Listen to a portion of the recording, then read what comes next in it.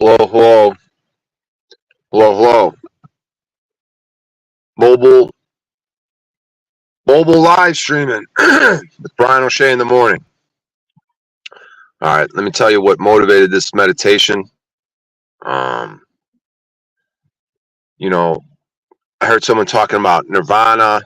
Reaching these different states. They talk about samadhi, reaching samadhi, nirvana, enlightenment. That's what the Twin Hearts meditation focuses on, activating your crown chakra and your heart chakra, and blessing the earth, and doing a meditation on a brilliant light on your head, the Om meditation, and concentrating on the silence in between the Oms. Because that's what a lot of these meditations, I notice they'll keep their focus on the void in between the in and out breath. That yin and yang symbol. So you'd have that gray area where the black and the white connect. So in between the breaths, there's a stillness, right? This one alchemical meditation talks about a primordial breath. The breath when you were in the womb. It's like a stillness breath. What's up, Bear Jew? Yeah, there's like a stillness breath when you're in the womb, right? Primordial. So I figure since I have experience with a few things, what I name this stream? Meditation, alignment, and new beginnings. And then in the description I put enlightenment, peace, and the new moon. Because right now it's a new moon going on. It's officially, I guess, tomorrow, but the moon is rising and the sun rises right around the same exact time. The moon's rising today around 6:30, and I think the sun's rising at 7. And tomorrow the moon will rise at 7:30 a.m. and the sun will rise around 7 again. So it's interesting. To me, it looks like they're hand in hand. It looks like they're touching. And when you look at the moon, the way it fucking it looks like it's got blasted with energy, right? Because at the bottom, it looks like that's where it gets whacked with energy. And just the way it looks like whatever you call it, like in a battery system, a cathode or whatever the fuck gets blasted with energy. That's what the moon looks like. And the thing, they go hand in hand. You take out your little app on your phone, Star Tracker. I use a Star Walk 2 or something like that. And you look at the motherfucker, and it looks like they're touching right now from sunrise to sunset. Looks like the motherfuckers are touching, having sex, whatever the fuck it is. I suspect the sun is blasting the moon, and that's why the moon looks the way it does. It's getting fucking blasted. Now you could say the moon is a catcher of souls, like eat the sun, like what I do when I'm sun gazing. I absorb it into my eyes, and then I sit there and close my eyes, and there'll be like a afterglow that takes like 5-10 minutes to get rid of, and you sit there and you wait until there's no afterglow as a way to protect your eyes when you're sun gazing. So I'm eating that though, and I could feel it. I could feel it like cracking the crust off my pineal gland, our encrusted pineal glands, the calcination of our pineal glands. Yeah, what's up, Christos? Meat tired, yeah. Any fish? Yeah, good one, metaphysician. Let me get back to what I was saying here. Fuck. So yeah, the calcination of your pineal, right? So I went through a really traumatic thing at like the age of 20, right? And it got me, dude. It got me fucking humble, dude. It got me to like all I did was work and save the money, dude. I was like miserly, or like I really didn't spend money, dude. I worked 2 jobs. I just fucking worked all the time and just saved the money and read books. That's really what I did, dude. That's because I was like completely scared of this whole situation I was in, and just it was a paradigm shift. It was like a nuclear blast in my life. So I'm just stating facts. This is what I did for like a year and a half. I just fucking worked. I fucking learned how to meditate. This is the point. It's like, this is why I learned how to meditate. When all I did was work and read books and save money. And guess what? When I had that mentality, when I wasn't like hitting on bitches, I worked in this travel agency, dude, that was mostly women. And dude, the whole fucking office loved me, dude. I didn't even do nothing. I didn't try to do nothing. And that was probably part of it. They're trying to hook me up with everybody. Take my niece to the prom. Will you go on a date with me? These 2 girls we go out and eat every day at lunch, and they're just flirting with me, and they're doing a million signs and flashing me and laughing about shit. And I'm just going over my head. I'm just in my head.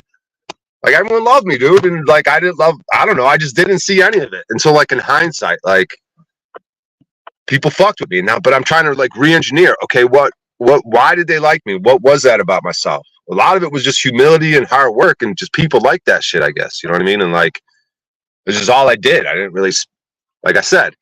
But then I just saved all that money and just immediately bought it on a car. And then I just started acting differently. Like I switched up. Like I'll go from one end of the spectrum to the other. So there's got to be a middle ground in here somewhere, you know?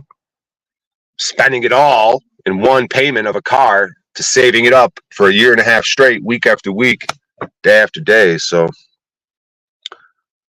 uncrust your body. Right. I'm telling you, man, it feels, you could kind of feel things in your body. That's why the body's such a crazy, miraculous thing. Like, okay, I drank urine this morning. I drank fucking urine this morning, but when I'm thinking about it, I'm like, this fucking machine, dude, if this urine thing is true, and if this machine can do that, if it could like engineer a medicine, something really good for you, I know the AIDS urine's fucking true. Like the fact that it comes, like it's just another sign of how special you are. Like you can't even like, nothing could come out of you that's not like magically fucking wonderful, dude. Like, and okay, I'm gonna be jumping all over today because fuck it, who gives a fuck? I got a million thoughts in my head. But like the studying nature thing and learning from animals and nature and shit. Like today, I emptied a jug of piss on a tree and I hugged the tree. I like that. I like pouring urine on a tree, and then I like hugging it afterwards and looking at the tree and talking to it a little bit, having a little moment with it. But my point is that like, so like dogs, right? When dogs get around each other a lot of times in a good sense, like they'll get all happy and excited. And I feel like we as humans should kind of be like that a little bit. When we get around each other, we should be smelling each other. We probably do all this like unconsciously. That's why when you shake someone's hand, you'll see someone put the finger, they'll wipe their nose or something because you're unconsciously smelling. You're like smelling what the fuck you just touched. Like chimps will do that. They'll groom and smell, and touch and groom. But dogs, they get excited, right? And they'll start playing. And when the younger dogs are around, the younger ones have a lot of excitement, and they could sometimes perk up the older ones. And like we're animals, right? So we have that. Like, and I was just thinking, like, humans should kind of be like that more. The way dogs are, they get all happy and excited and just fuck around and just. Whereas humans are just like, just fucking all slaved out and fucking blown out and depressed and shit. So, anyways. I'm going to have a thread that's going to go to me attempting to teach something that I fucking got good at, which was meditation. I'm going to try to get back to it because I'm using other techniques, but I realized I got to enlightenment through my own sort of techniques that I learned and through my own experience. So, yeah. So basically,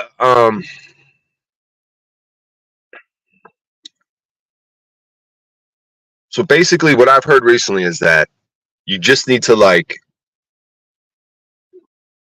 you need to be able to get away and just have moments of like moments to yourself, right? Because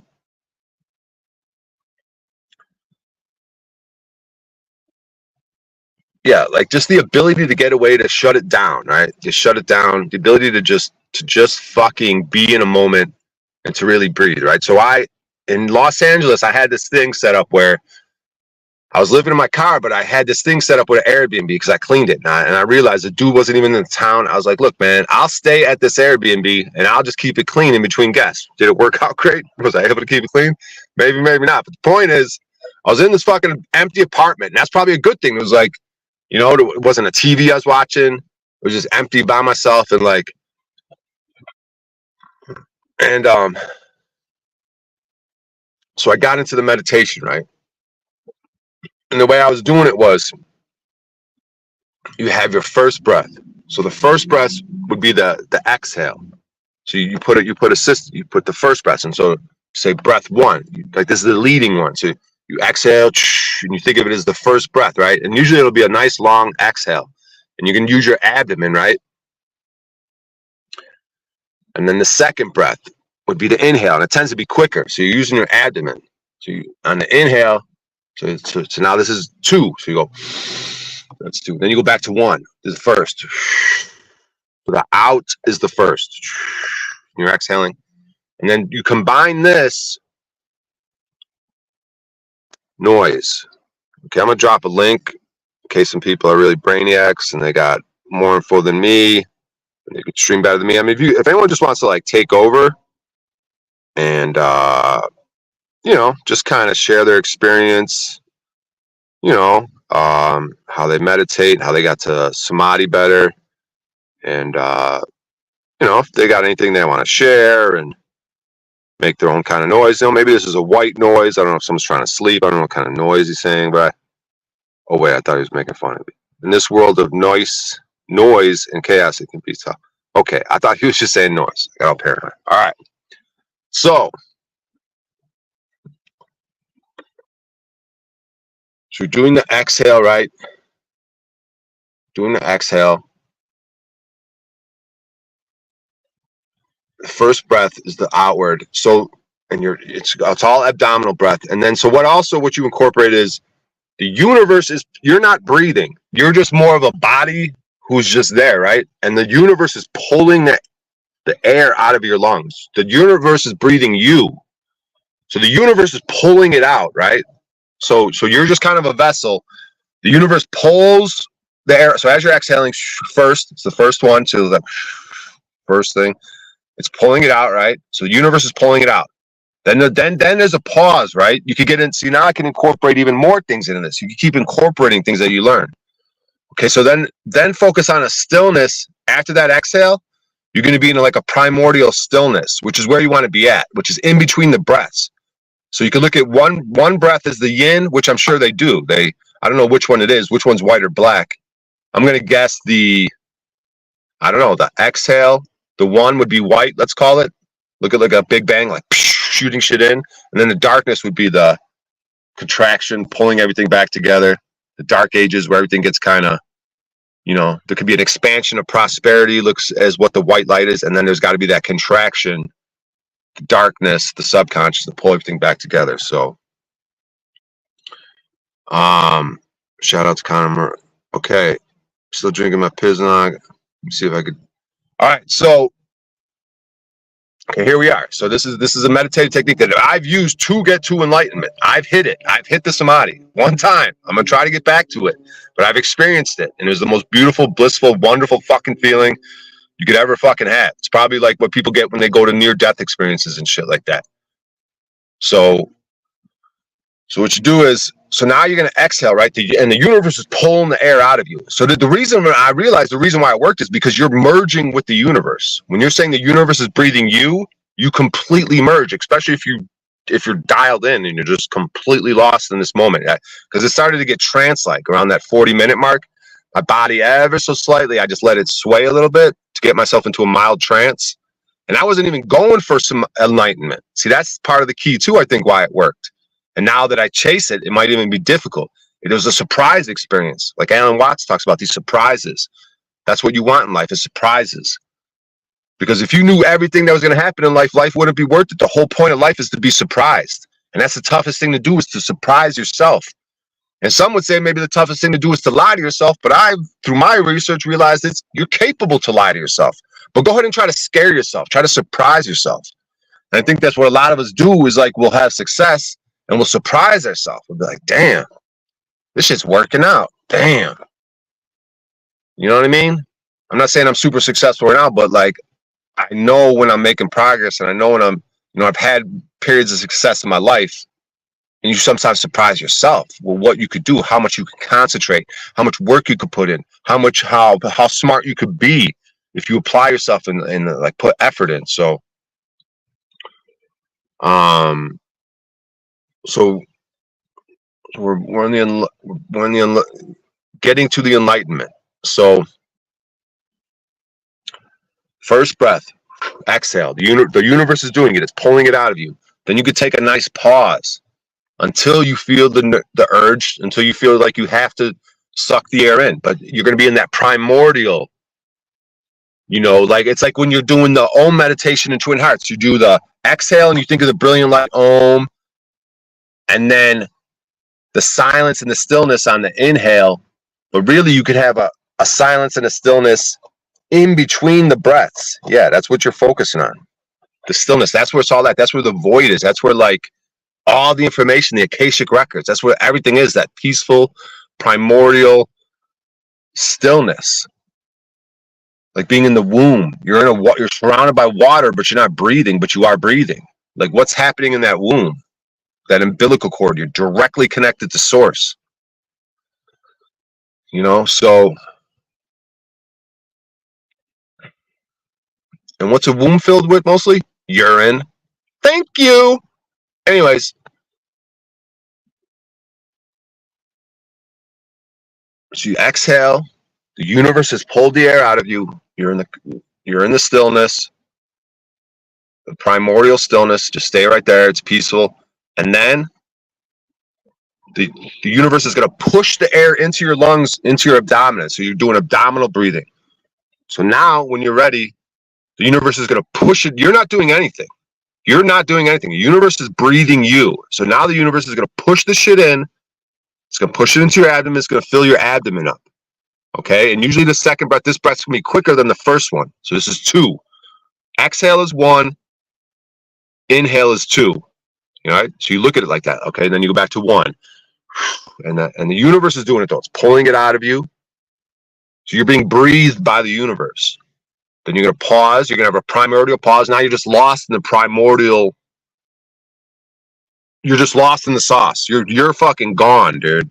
Like you're just in the primordial stillness, and it's perfectly peaceful. You're just lost in between breaths, because that's where it is. It's in between the breaths. It's the middle road, in between the yin and yang, with the black and the white meet. They say silver and gray is like a very special color, and it's because of that. It's where the black and the white meet. That's why when I go to select my underwear, I got blue underwear, I got red underwear, I got gray underwear. Give me the gray underwear. It's where the black and the white meet. You know what I mean? Like, oh, it helps prevent shit stains. You guys are going in your lower chakras. Let's get higher elevation. Okay? So, you got the breaths going, right? You got all this going on. Okay? Breathing. You got your first breath. So how are you going to be lost in thoughts when you're trying to keep this under control? You're trying to focus on this is a first breath. The universe is doing it. Now I'm in a primordial state, in between breaths. Now the universe is going to push air into my lungs, into my belly. And now I'm back to the first breath, which is longer. It's the first one. Why is it first? What does that mean to be first? But you can feel it. Yes, first, the exhale. Okay, so you got all this going on to where you don't have thoughts in your head. You keep this up and get into a trance state. Okay, and then you get out of your meditation. And the way it worked for me was, I don't know what it was. 10 minutes later, I'm outside and the samadhi overcomes me. And I'm looking around with trees and it's just connected. It's like an invisible spider web of connections. Everything I looked at, I saw a connection. I looked at a bumper sticker on a car and I thought of the factory workers and the Mexican people at the factory and their lives and the smiles on their faces and the tree. And I was able to talk to trees. I started talking to trees. I don't know why I felt like I could talk to them.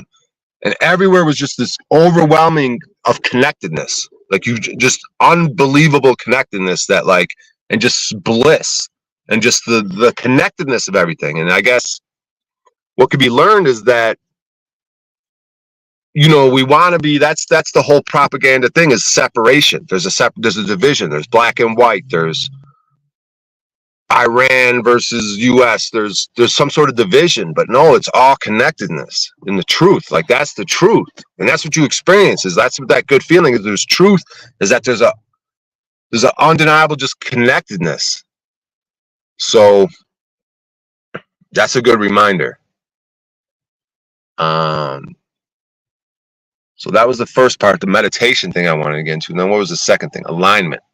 Yeah, so I'm looking at this app, and this month coming up, things are fucking like today right now, it's basically a new moon right now. So it's a new beginning to get into some female astrology type talk.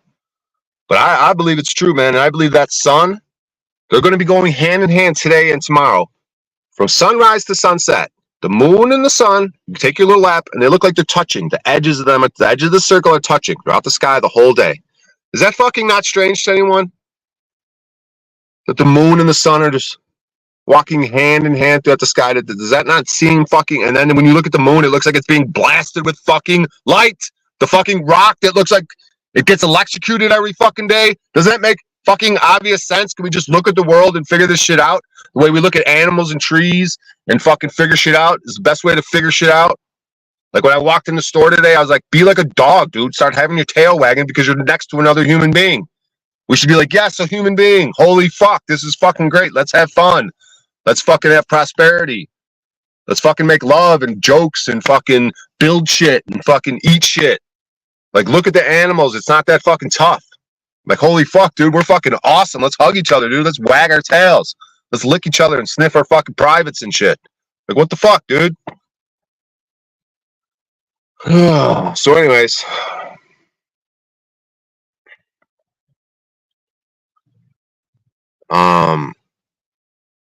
yep, and a Honda activation, yep. Yeah, I've studied all this shit. You know how many times I've spent, how many hours I've spent in Hindu temples? You know how many hours I've spent in what do they call the Hindu temple where they feed you? The Hare Krishna. Yeah, where the type of dudes, the bald dudes in the robes at the airports handing out the Bhagavad Gita, which was my first introduction to the shit. Thank you to Duncan Trussell, the comedian, through Joe Rogan. Maybe those guys did something good. I showed him the book, the Upanishads. I was like, Duncan, check this out. I was in New York at Skankfest. Check it out, Duncan Trussell. He goes, oh yeah, tell me about it. And I was like, it's a good book. I had nothing to tell him, but I was like, I like the book. He's like, oh, okay. No, but for real though, the Katha Upanishad, one of my favorite stories ever, about a teenager who meets death, dude. It's a badass teenager. Her name is Nachiketa, the same name as our friend from the Himalayan mountains over there. So where was I? We're on the moon. We're on the planets aligning.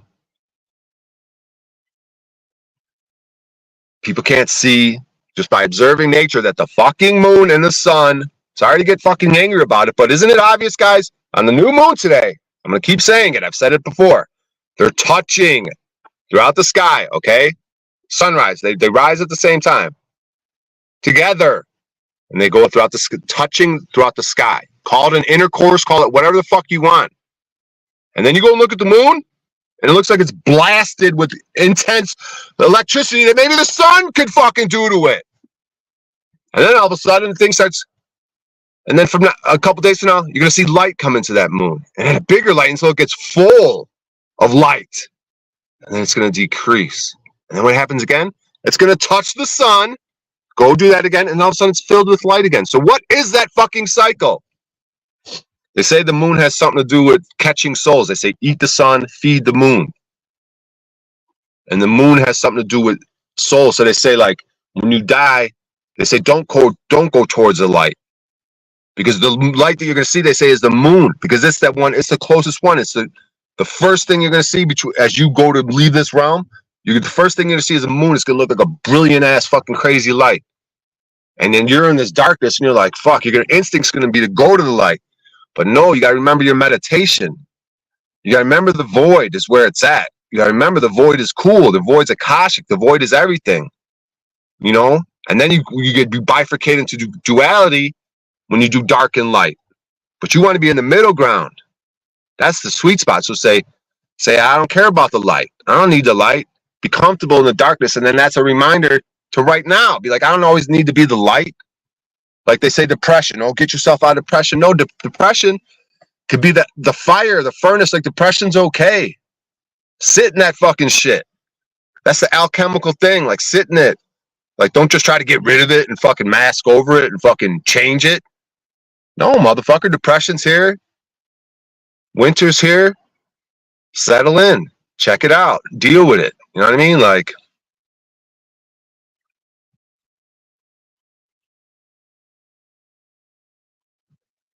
I'm depressed. You're a bitch. You ain't doing enough. Do some jumping jacks. Get yourself out of it. Shut the fuck up. This is my thing. This is my body. This is how these are my cues. This is what my alchemical. You go in the inner laboratory. That's what I heard. The inner. Thank you to David William Hawke, Hauck or something like that. David William Hawke and his alchemical meditations. You go in the inner laboratory. It's very safe in the inner laboratory. No one can fuck with you in the inner laboratory. It's your inner laboratory private. And that's what alchemists do. They have private secret. They have secrets. They don't just give everyone shit. Just like in this path with God, he ain't just gonna hand you shit. You got to go out here and then live it and experience it, just like an alchemical process. They got all this shit written in books, but they always have shit secret because it's your personal journey. You got to kind of figure this shit out along the way too.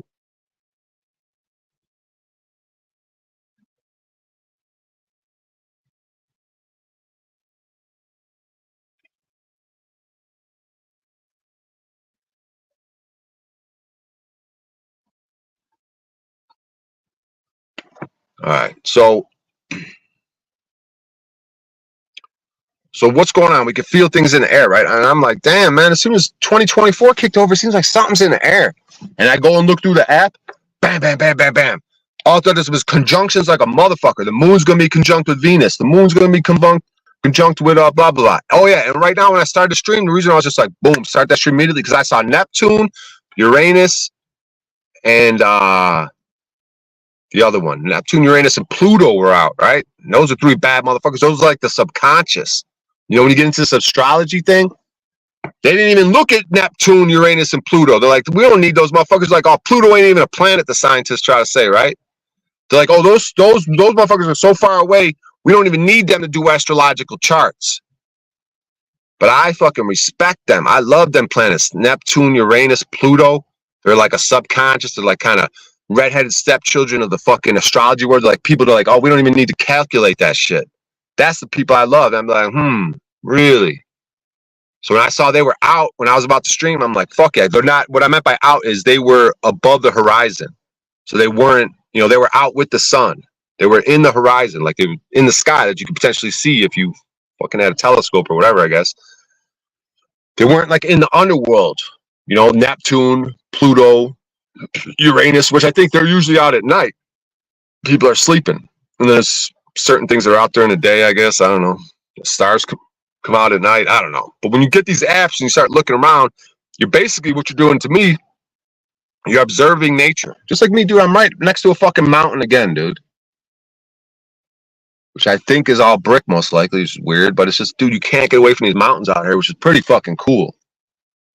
You just look in any direction. There's a big, giant fucking mountain. It's right there. Nice tree in front of me.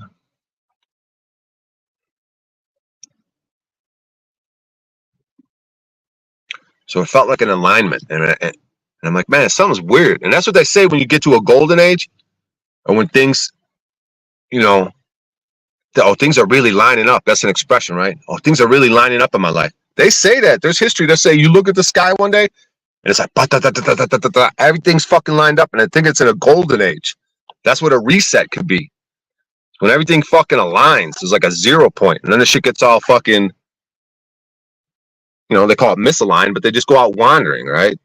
They just go from the center point. And if you look this next month, there's going to be a billion fucking conjunctions and solar this and solar that. And it just feels like bam, bam, bam. Everything's just lining up, lining up, lining up. So the new moon, which is essentially today, tomorrow, would be the way you set your intentions for like a new cycle. You could have cycles within cycles. You could have a yearly cycle. You could have a 30-day cycle. So during this 30-day cycle, it's a good time to like set new intentions. And that's part of the alchemical process is your intention and your attention. Right? Your intention and your attention. Like that's what Paul talks about, what you put your time, energy, and attention into. So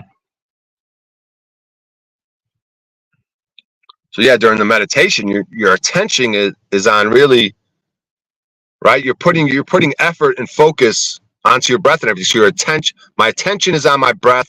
My attention is on being breathed by the universe. My attention is being in that primordial space in between the breaths. My intention is focusing on that. There's the exhale's the first breath, the inhale's the second. My attention is focused on the fact that I'm not even doing it. The universe is doing it for me. And so you merge with the universe, and then you come out of it with the feeling of bliss, with that enlightenment, the ultimate connection, the connectivity. You cannot miss connectivity. It's overwhelming. It's almost overwhelming, like too much, but you're so filled with bliss and joy and peace that the connections are just beautiful.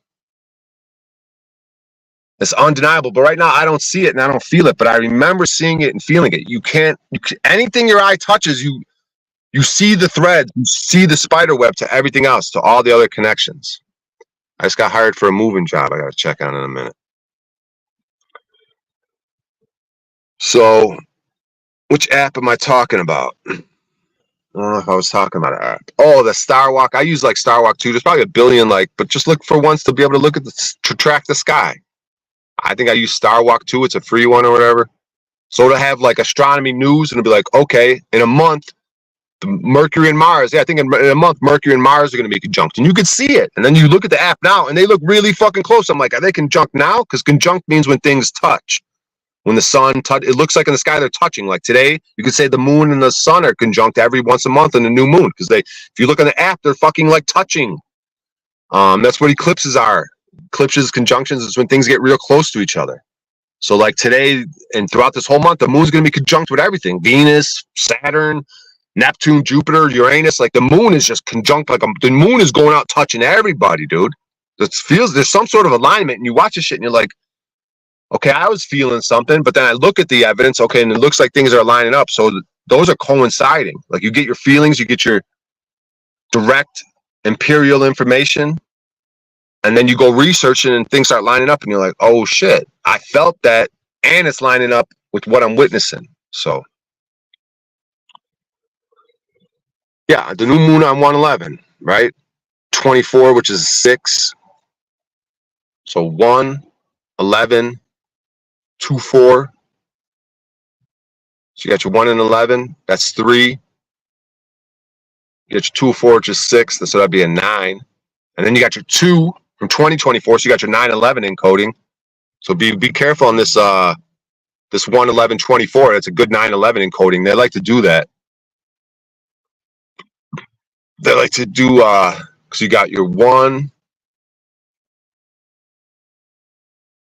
1, 2, 2, 4. That comes out to 9. Then if you use 2024, you use that 2. So 2 is an 11, so you got your 9, 11. But we could flip this shit, right? Like they're using it for nefarious purposes, but we could be like, maybe there's something special about this day. Maybe we could do our own little things and realize, oh, that's a special day that they would use to sabotage the whole world. Maybe we could use, maybe there's some sort of energy point that we could use to boost ourselves, to do our own little inner laboratory work, have our own little magic, miraculous thing. Because they say the miracles, alchemy is the science of miracle, whatever it is. Alchemy is the art of miracles. And it starts with 3 things: intention, heart, and the present moment. With those 3 things, intention, heart, and the present moment, is the key of the alchemical art of miracles. Okay, miracles.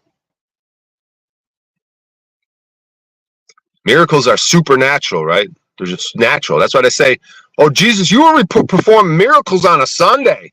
That's not right. It's like, they're just going to overlook the fact that that he performed a fucking miracle. They're like, you made someone blind have sight on a Sunday. Not supposed to be doing work on a Sunday. It's supposed to be chilling, not doing miracles. Like they tried using it against them. You did work on a Sunday. You restored sight to the blind. You got to be punished. Miracles seem like they were just a thing. Yeah, a miracle happened. People are like, yeah, that happens. Yeah, miracles. Just whatever. Went and got some milk. Saw a miracle. Whatever.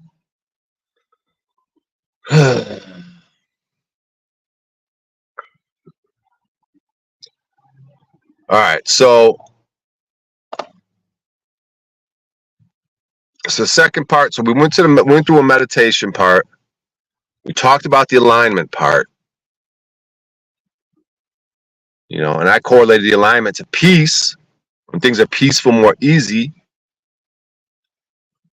Okay. But then the third thing I put on there was new beginnings, right? So that was back to the moon. Like I said, cycles within cycles. So you could set your intentions on this new moon cycle. Okay, I want to be a bad motherfucker this month. My intention this month is to be a bad motherfucker, to do my things, to do what I'm talking about here, go do my enlightenment meditation that I figured out. Maybe I don't need the twin hearts because I already been to enlightenment. The whole point of the twin hearts is to achieve enlightenment, illumination. And I already did it on my own through my own process. So it's just like, go back to your process, dude. You did it. You already done it. Do it again. Do it or go back to it. Even if you don't get to that samadhi, like you know that it's a badass meditation because it's already done it. So just like the success in poker. When I fucking focused and I tried and tried and tried, I was successful. Okay, maybe you could apply that to other things. Just fucking, once again, you have your intention. My intention in poker, it's simple. Make a bunch of fucking money, win first place in a bunch of tournaments, and play your best and all this shit, right? And show up. Maybe show up. Like, you gotta be ready to play, right? Get your sleep.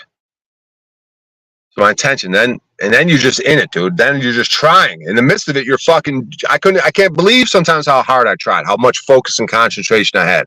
I'm like, God damn, dude, I want that dude back.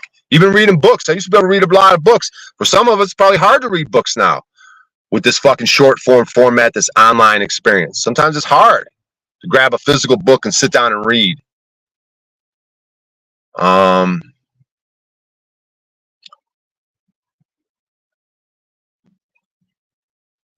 Yeah, so just apply what when I did it with poker, just apply it to whatever I'm trying to do now. Oh yeah, I got to check on this job. I got a moving job I got to check on. So yeah. So why don't you guys go ahead and practice that while I'm gone for I'm going to be gone for a split second because I think if I leave this screen. So yeah, just go ahead. We're gonna dip into the primordial void while I go and communicate with my client about this moving job. So while I'm gone in the silence, me being off the stream, that's where it's at. It's that primordial in between the breaths. It's the moment we're in the womb. So when I'm off the stream right now, you're gonna have a flashback to when you were in the womb connected to source. You didn't even have to breathe. You were in a water. You were in an amniotic fluid, mostly urine, just floating. Just like in the state, the same exact state. It's a replication of it, of the in-between breath, peaceful state.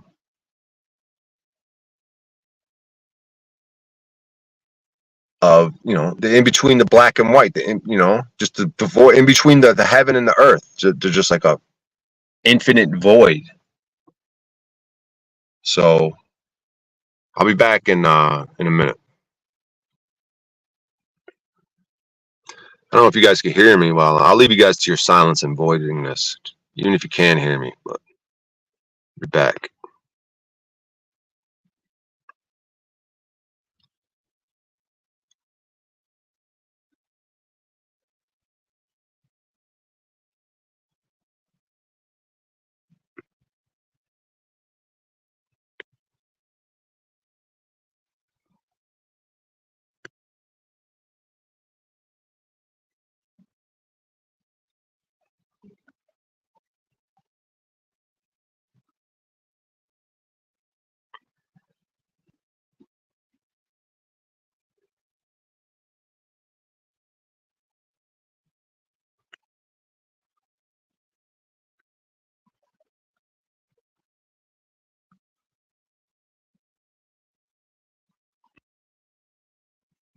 All right, y'all.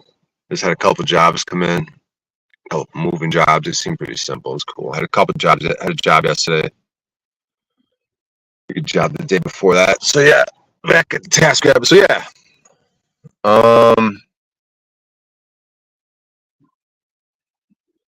Where we leave off. Get them to drink it. All right. So the third thing in the title was the new beginnings, cycle within cycles with the moon. Right now, your intention for this new month. So what is my intentions for this new month?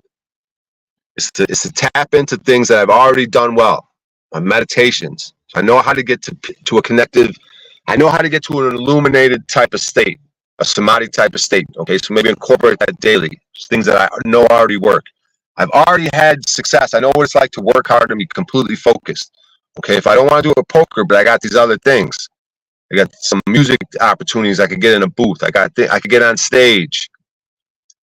You know, so to me, it's gonna be like, okay, you gotta every day you just gotta have your attention and intentions, you know, on your fucking what you're doing. These things.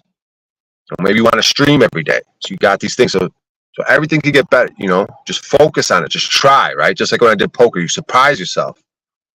You surprise yourself what you can do when you fucking try, right? So now at this new month, you're setting this shit, right? So you're thinking, okay, for the month, this is what I want. This is how I want it to go down. Be hardworking, putting in work with whatever I'm doing, making money, the artistic shit, the philosophical learning shit, getting better, the street, the law, legal, lawful shit, dealing with the police, all that. So there's a lot you can pack into a month. So there's a lot of intention and attention and things to focus on.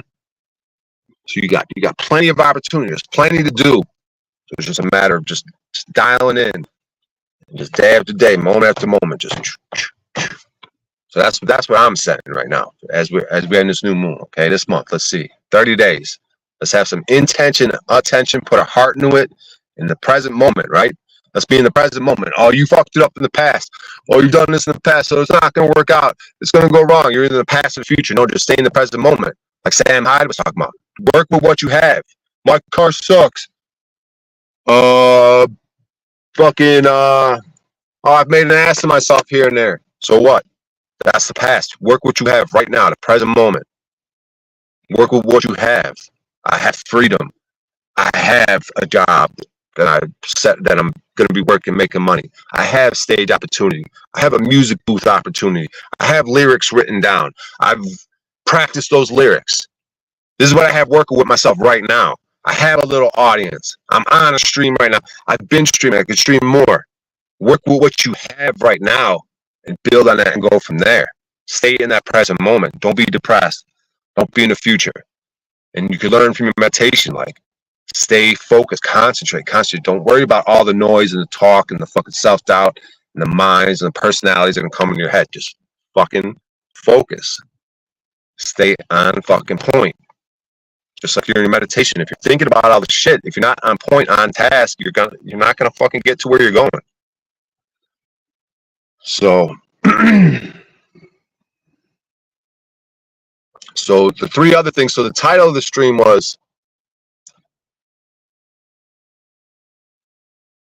what the fuck was it? So I know so I had enlightenment, alignment, and new beginnings, right? Okay, and then in the description I put, the fuck did I put? Someone type it in there. What the fuck did I put? Is there a way I can find it? So it's for enlightenment, and then let's see, alignment.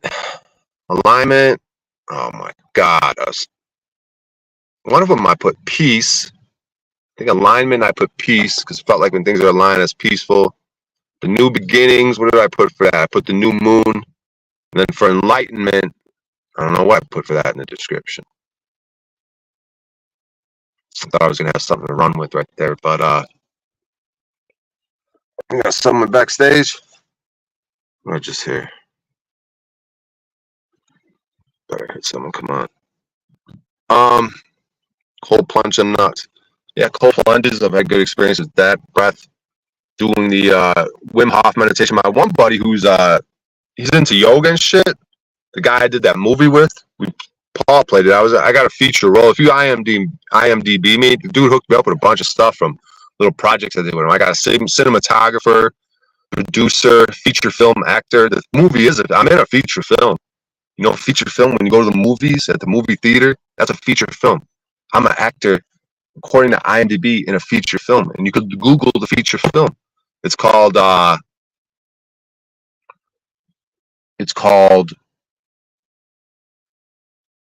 the fuck is it called?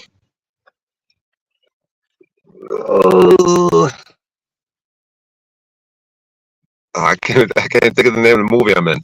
But it is a feature film. Just Google my name, you'll find it. Can't think of it right now.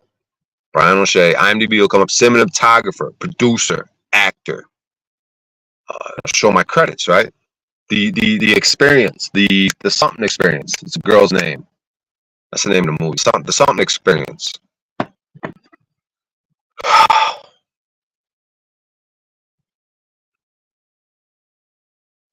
Where did I leave off? What thread was I just walking down right there?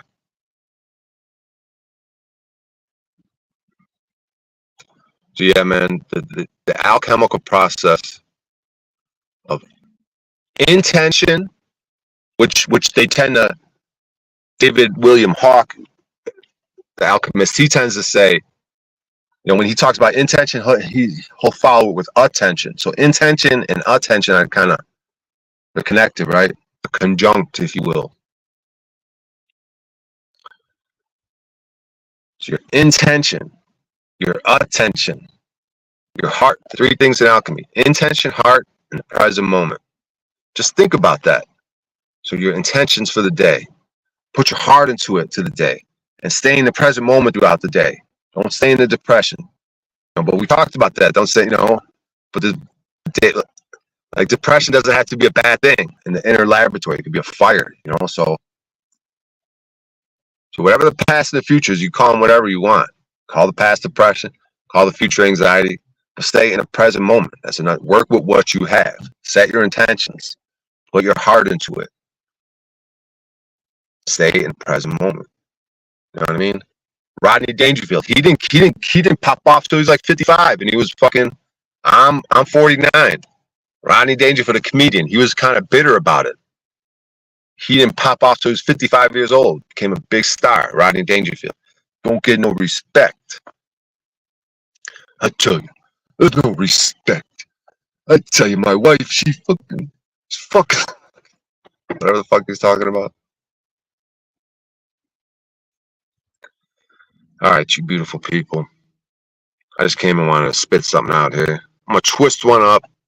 I don't know if I want to sit my phone in and twist one up. Maybe if someone came up, might be able to lower gears and shift down and twist one up and keep the thing going. But maybe I need to keep y'all going, keep y'all wanting more. Maybe I just came out and just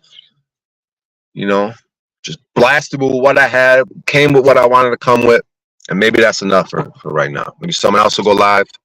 Maybe OTW's going live soon. Yeah, I just wanted to get these thoughts out because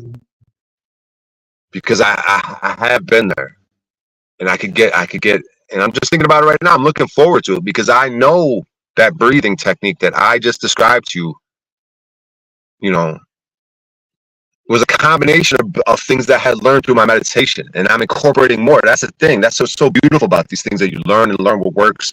These other techniques that work for others, that they teach them to you, and then you incorporate your things, and then you can teach others that. And that's the beautiful thing. That's the whole connected thing. That's the dogs getting around each other and our tails wagging and sniffing each other. Yeah, I'm sniffing your privates. I got my nose in your crotch right now, Michelle. I'm ready to or whoever, like, got my nose up your ass. But it's not like it doesn't have to be a sexual weird thing. I'm just smelling, dude. It's what we do as animals. You watch people shake someone's hand, they're going to go like this. They're going to wipe their nose. Because subconsciously, they're sniffing. They're getting the pheromones. What's this person about? What do they smell like? All this communication. They say don't even do these techniques where you don't even listen to the words people say. You only watch all their physical shit. And you move and you change and you move in the world in a certain way to where yeah, like these things where they do moments of silence, to do like a week or 6 months, a month, no speaking. And you just look at the world in a different way. They talk about it like softening your eyes. Like you look ahead, go ahead and everybody right now, go ahead and look off into the distance somewhere and focus on something and then soften your eyes. Right? Which means you're not really looking at the thing, you just have a soft eye. Your eyes like still at that point, but now it's soft. And then the world kind of opens up. There's a peripheral thing, right? There's all these things that you really didn't notice. The subconscious, your brain picks it all up because we're always like pinpointed on something, right? Like in the way this quantum thing, we always want to collapse it down from endless possibilities of prosperity and abundance. We want to collapse it to a single thing. But if we pull back from that intense and soften our eyes, right? You soften things a lot in life. We could probably learn from intense just grasping to just opening, letting, maybe men getting into that feminine side of us or vice versa. Maybe men have too much feminine, but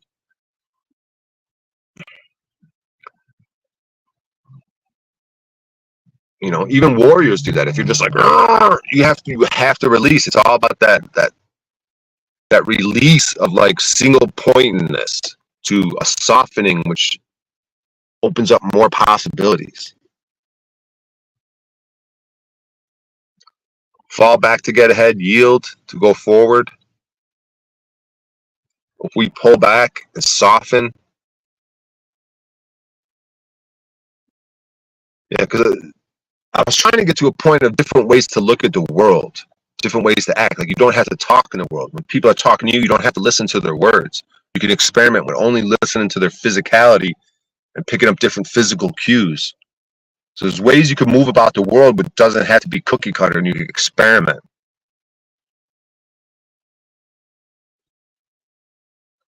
David, if you go to David William Hawkes' Alchemical Meditation, I think I'm trying to like extrapolate some of his ideas and kind of do a terrible job right now of sort of expressing it. But he may be able to articulate things more and get some of these thoughts that I have in my head that I'm just kind of like grasping at and not really letting you guys know what I'm thinking about. I'm just kind of throwing shit around.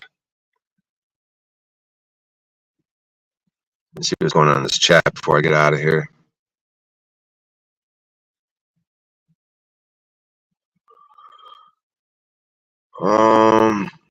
Somebody please do a welfare wellness check. Is that on me, channel 3? Thoughts of the average house pet.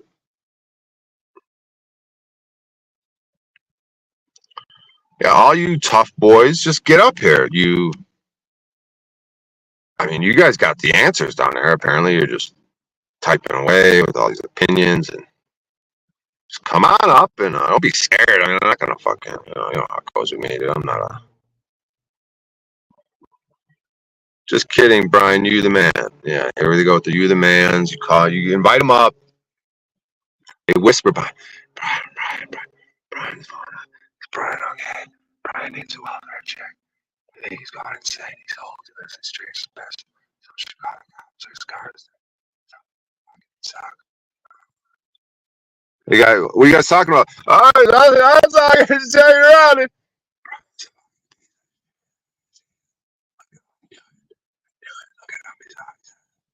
What? Oh, just hanging around. Ah.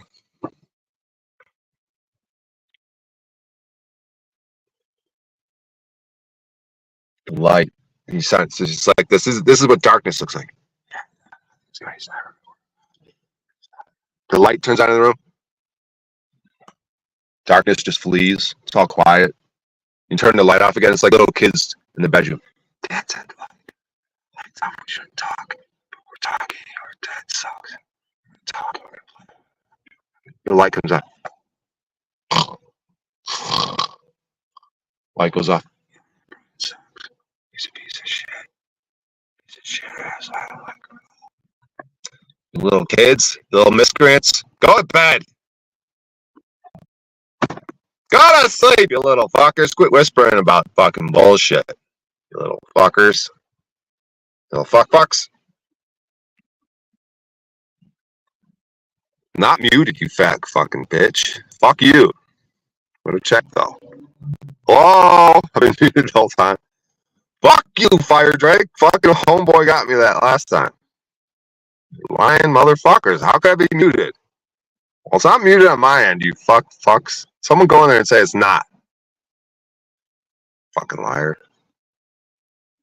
Got me last time, unknown. Well, get up there and say it's muted. Maybe people could hear you. Hate all you motherfuckers. Fuck you. I'm in a fucking Sam's. I got the world by the balls, and I'm the piss drinking fucking piece of shit. Old fuck. How do I have the world by the balls? Sun just came out. I got a big fucking jar of weed. I got jobs lined up. I got stage performances ready to go. I got rap songs written. I got music studios ready to fucking just all that. Hello, can I go to the music studio? Yeah, Brian. Not a problem. Come down to our high-tech music studio and record your rap songs, okay? Oh, and you want work? Yeah, Brian, come by. I'm going to pay you. We can work.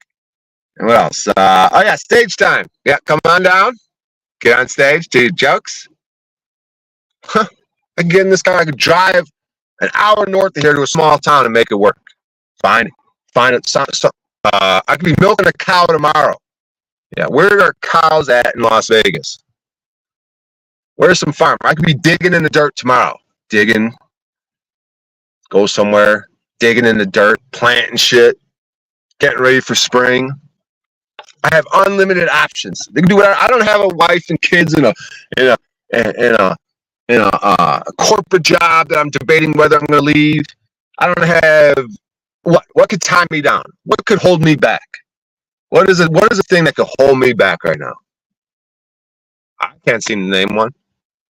I don't have family being like, get home, we need your help. Nope. We strange from them. I don't have anything. It's just me and unlimited potential. It's like the Big Bang. I'm just like ready to blow up. I'm at that moment right before the Big Bang goes boom, and holy shit.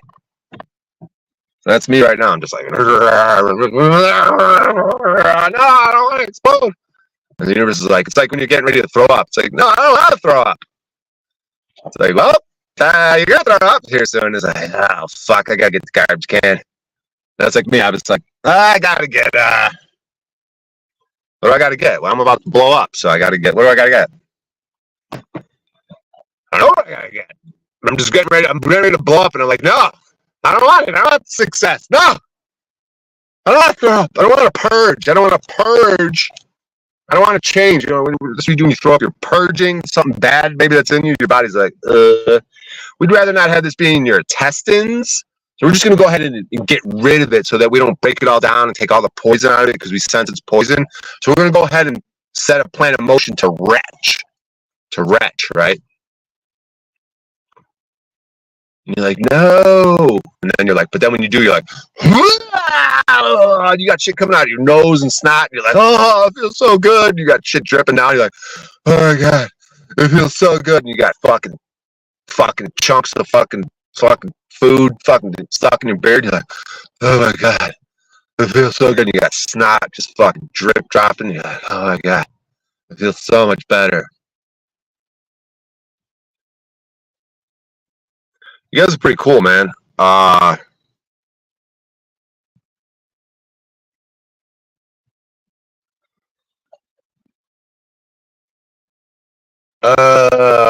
gonna roll some weed, whether on stream or off. I got jobs coming in. I got opportunities to go to music studios and write more jokes. See, the other day I was like, oh, I'm gonna write some jokes, right? I was like, oh, I got a few hours before I got on stage. I'm gonna write some new jokes, which I did. I wrote a few things down. But then I was like, then I got high. Sometimes you smoke weed and you're like, I want to do a freestyle. So then I put my beat on to do a freestyle, and then I was like, man, I've been freestyling so fucking much of this. I'm gonna try to write some lyrics. So that's what I did. I wrote some lyrics.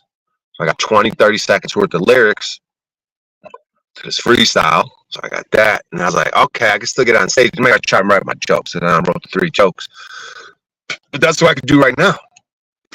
Because if I get an arsenal of fucking jokes, I don't give a fuck how much money I got. If I got 40 fucking badass minutes, dude, my confidence is gonna be. I don't give a fuck what car I have, how much money I have. If I have a 40 minutes headliner fucking bangers, dude, I'll walk in the room and be like, suck my dick.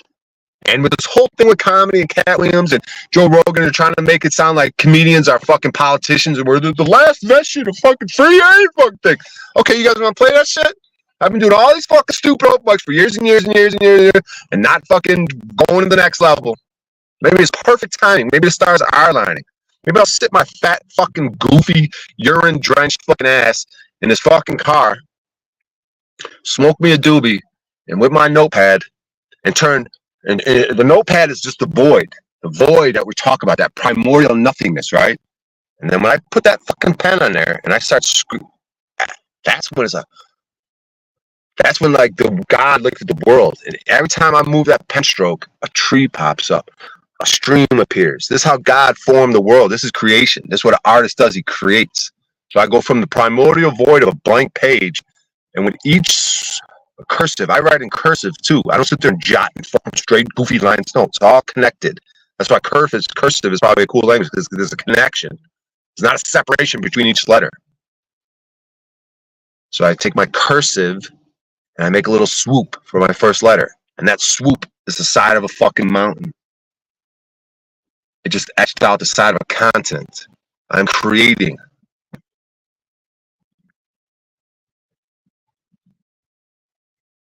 You know what? Everything I said is I was just fucking with y'all. I know that happened. Oh my god, what a bunch of bullshit. I was just fucking around, guys. Yeah, just smoke weed and I don't know, get your IDs. Even with that whole shit with the IDs, I don't know, bro. I'm not fucking. All the times I was getting arrested, fucking all them fucking flashlights. Get out of the car, Brian. Yeah, they're just fucking around, guys. Big fat fucking mountain, dude. I'm looking at a big fat fucking mountain.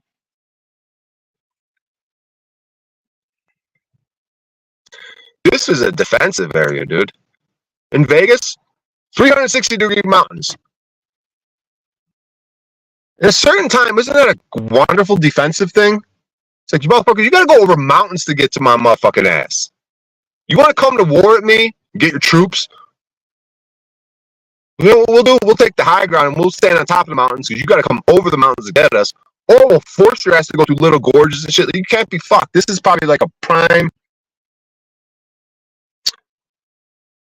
military. This is a great military place from a strategic, militarized, in my vision. That's how it looks. You got to come over mountains to get to me. We're protected. We're protected here in Vegas. Even probably from fucking certain beams.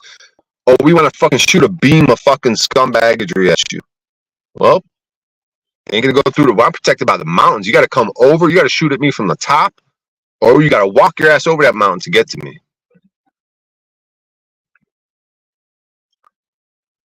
He's turning blue from all that copper.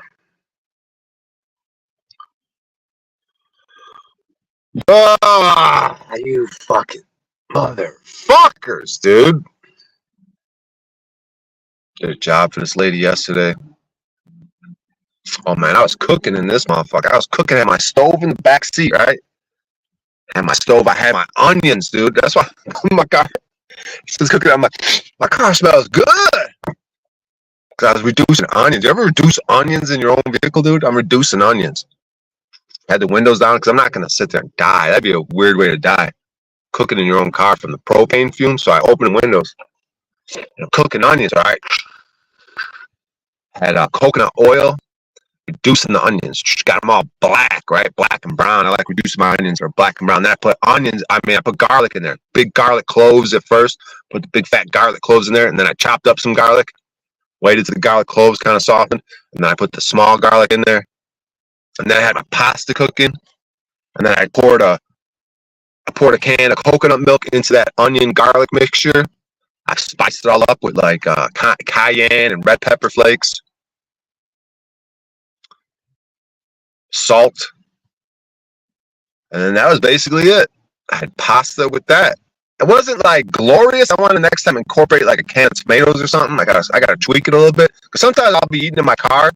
I'm like, this is sinful, decadent. This shit is the fucking greatest tasting shit I've ever fucking ate in my life, dude. When you could cook for yourself, that's why I was yelling at people on stage the other day. Ask people who cooks. Like, no one cooks.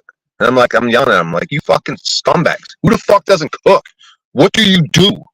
Make a peanut butter and jelly, eat DoorDash? Other people are cooking for you all the time? What the fuck, dude? Even if I bet you a bunch of people in chat, put one in chat if you don't cook. You're a dumb fuck idiot, dude. I think I learned how to cook when I was like 5, 6 years old. When I burned my chest, I was making a cup of tea, like 4 years old. I could barely think, and this shit spilled all over me. Dude, I was cooking. I had to, bro. My mom would just leave.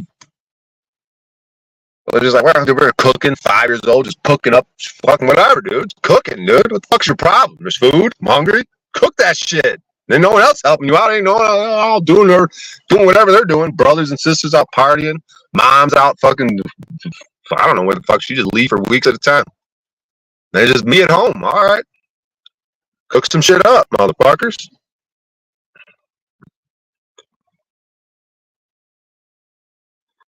You guys suck. dick. You guys can't even come up here, you pussies. It's 22 people. January 10th. 11026. What's the numerology today? So today is 110. So it says 2. You got 22 people. You punk motherfuckers.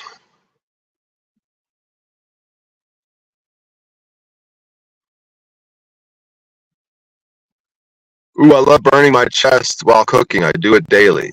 Yeah, man. That's why some of them jobs, they try to have me working at a movie theater one time with them making popcorn. And she was spluttering and splattering and burning my face. I was like, and I told him, I was like, yeah, I do modeling on the side, so I can't be getting my face burned by this popcorn. And I heard him whispering in the back. He said he does modeling. Yeah, right. Let's see the contract. Okay, I lied. Or I tried to do some modeling. I went to one modeling agency. I went to the best, when I was like 22 years old, I went to the best modeling agency ever. I forgot which one it was. They had some sort of open call, and I showed up, and there was all these beautiful people in the room. And then they took me in a room, and they started looking at me like, oh, look at this bone structure. There was this guy and a girl, and they're talking to each other. They're like talking out loud in front of me, like, look at his bone structure. They're like deciding, they're like on the fence. They're like, I'm gonna tell you the truth. They're like, we could use someone like you, but they're like, but right now they're like the market is like more Hispanic. It's like more of an ethnic thing. They're like, that's what we're looking for right now. We're like looking for more of a Hispanic ethnic thing. And I swear to God, I could have talked them. I could have been like, well, check it out. Maybe the market is saying that right now, but you guys both, we all know in this room that I have something. I might be able to transcend what the market wants right now. That's how good I am. I should have fought for myself a little bit, but here's what I did instead. Because they're sitting there going like, they're like, damn, they're like, he's got good bone structure. And they're like, damn, we want him, but they're like, man, but the market just it's Hispanic based. That's what they were telling me, right? And I don't know if they were feeling me up to see like if I would like no, I want it. I'll suck it. I'll do anything. You know, I don't know. But then I never went back to any agency after that. I was like, oh, modeling's not for me. Like instead of like how most models or people do it, they have to go to the agency, rejection. I went to one. It seemed like they were like on a cusp of hiring me at the best agency ever. And then since they said no, I was like, oh, I guess modeling, I guess I can't do modeling.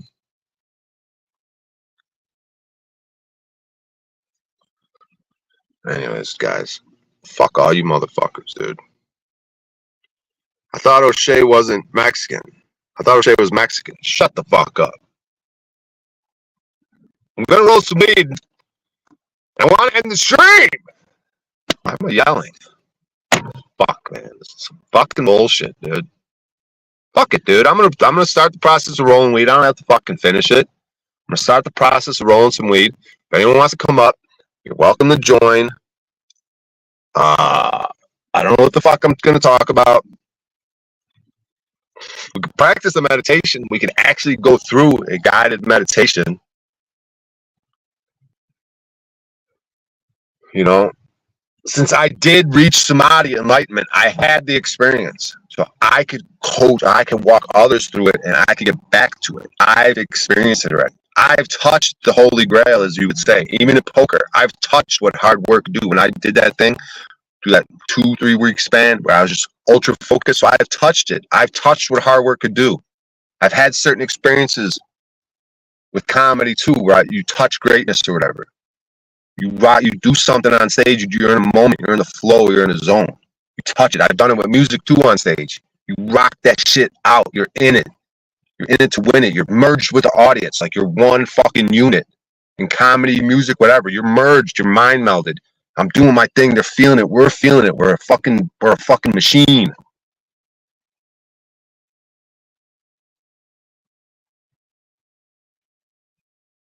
Fuck all you motherfuckers, dude.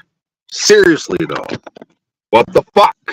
I'm so sick of all of you, dude. I'm so sick of it, dude. Listen, motherfuckers. You think I'm fucking...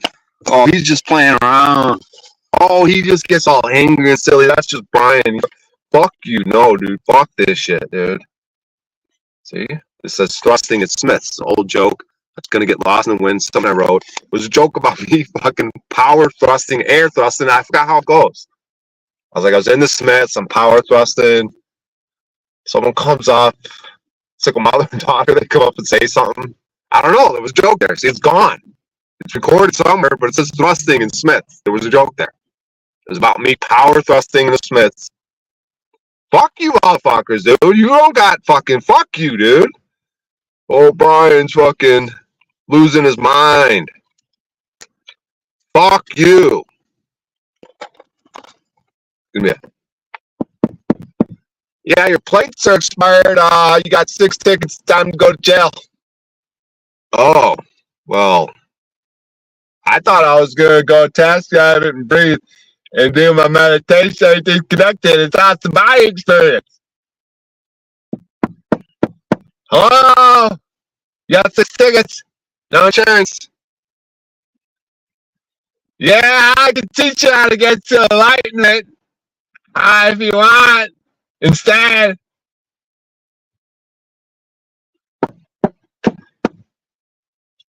put the urine down. I'll squirt it on you, motherfucker. Back the fuck up. Put the urine down. I'll squirt it on you, motherfucker. I just want to say thank you to my family for everything up to this point, which has got me to this point where I could yell in a urine-drenched filth car. Fuck you, motherfuckers, dude. I don't give a fuck crawling out the Taurus, man. Tell me who was next, man. Feeling like the son of Sam, I'm at your fucking neck, man. Master plan, plotting, dropping, cop, stop, nodding, riding, gotten fucked up, get your bitch knocked up. This ain't luck, bro. Look, I've been moving, I've been grooving, I'm improving, never losing, I'm cruising to the top. Trying to goofy bitch, stop, cops, nah. Trying to do me bogus, staying focused, swarming like some locusts, Moses out of Egypt. Moses not equipped, bitch. Look, read a book, grab a nook, took them in, they took me in. Now I'm booking wins, my kid gonna be straight, great. EST, that's greatest, OAT of all time. She believe in me, heavenly, BOD, GOD status. Mathematics class session, that's what the best off a chest can put to rest. That's RIP, ooh, who you fucking with, fool? Bitch, fuck you. So sick of this shit, dude. Every fucking time. Fucking god damn it!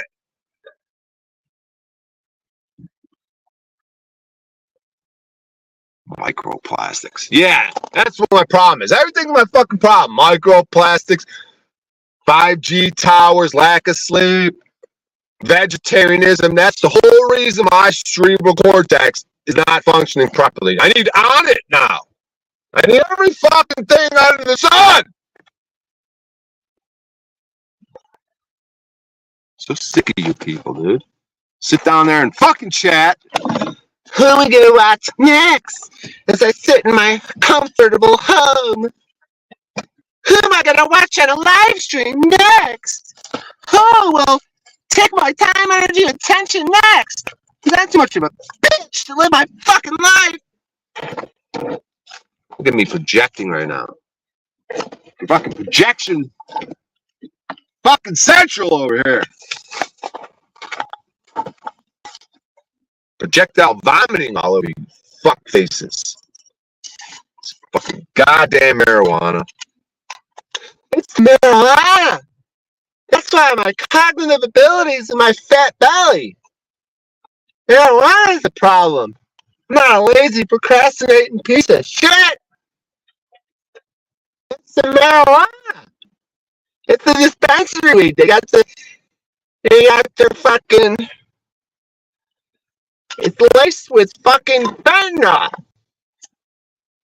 I'm a zombie. Zombie apocalypse. Fuck you, motherfuckers. Anyone fucking live? Can I get the fuck out of here? What is wrong? So OTW live betting. Someone go fucking live. I'm supposed to be done. I was fucking blasted out. You come in, fucking stick to the title of the stream. Tell them about your experiences with fucking meditation, with the stars, with your knowledge of the moon and the earth, and then that's it, dude. You did. You come in, drop the information, you leave. You don't sit there and roll up weed and yell and fucking make a fucking asshole of yourself. Like, what the fuck, dude?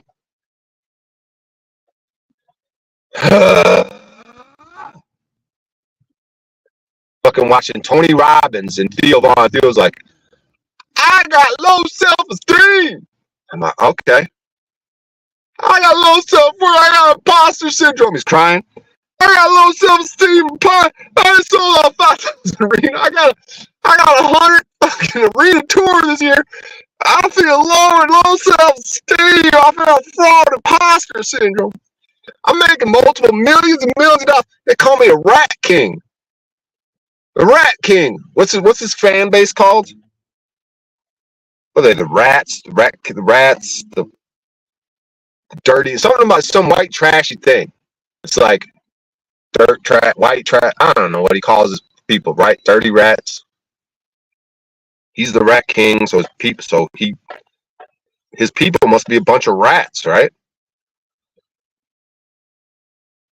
So yeah, he's like, I got low self-worth. The same shit I got, right? Except he's got millions of dollars. He does the same shit I come on stream and do, except he's got millions of dollars, he's got 100 arena tour set up this year, and he's fucking doing the same shit I did. I got low self-worth. I can't seem to shake it. No matter what I do, I feel like a piece of shit. I'd rather be in my episode, to be honest with you. I'm being dead ass. If we're both gonna have that mentality, I'd rather be right fucking here than be in a fishbowl with everything on me as I'm working it out. I'd rather have 22 motherfuckers watching me work it out than 22 million. That motherfucker got 2 million subscribers on YouTube. I talked to that motherfucker every day for a year and a half straight, 3 years ago. I told him, I said, hey, can I come crash in your couch tonight? He goes, yeah. 20 minutes later, oh, I found another spot. Appreciate it, fam. Now, was he going to try to have sexual relations with me? I don't know. Am I throwing Theo on his bus? No. Theo does have a good heart. But like Paul says, some of these motherfuckers do, when he makes fun of them, there is some truth to it. Like, they ain't the real deal. They ain't the fucking, what do they call it? There's an expression for being the real deal. Yeah, all these motherfuckers could have potential, but I don't give a fuck just because they have money. I know these motherfuckers. Oh, Sam Tripoli's a tweaker. He does have a certain energy. Is he brilliant? Does he have a lot of potential? Does he have a lot of money right now? Yes. Him and Theo are doing very fine. Was I with them 2-3 years ago at their homes when they wasn't like this? Yeah. Were they cool with me? Yeah. But does that mean that we all can't level up and tell the truth?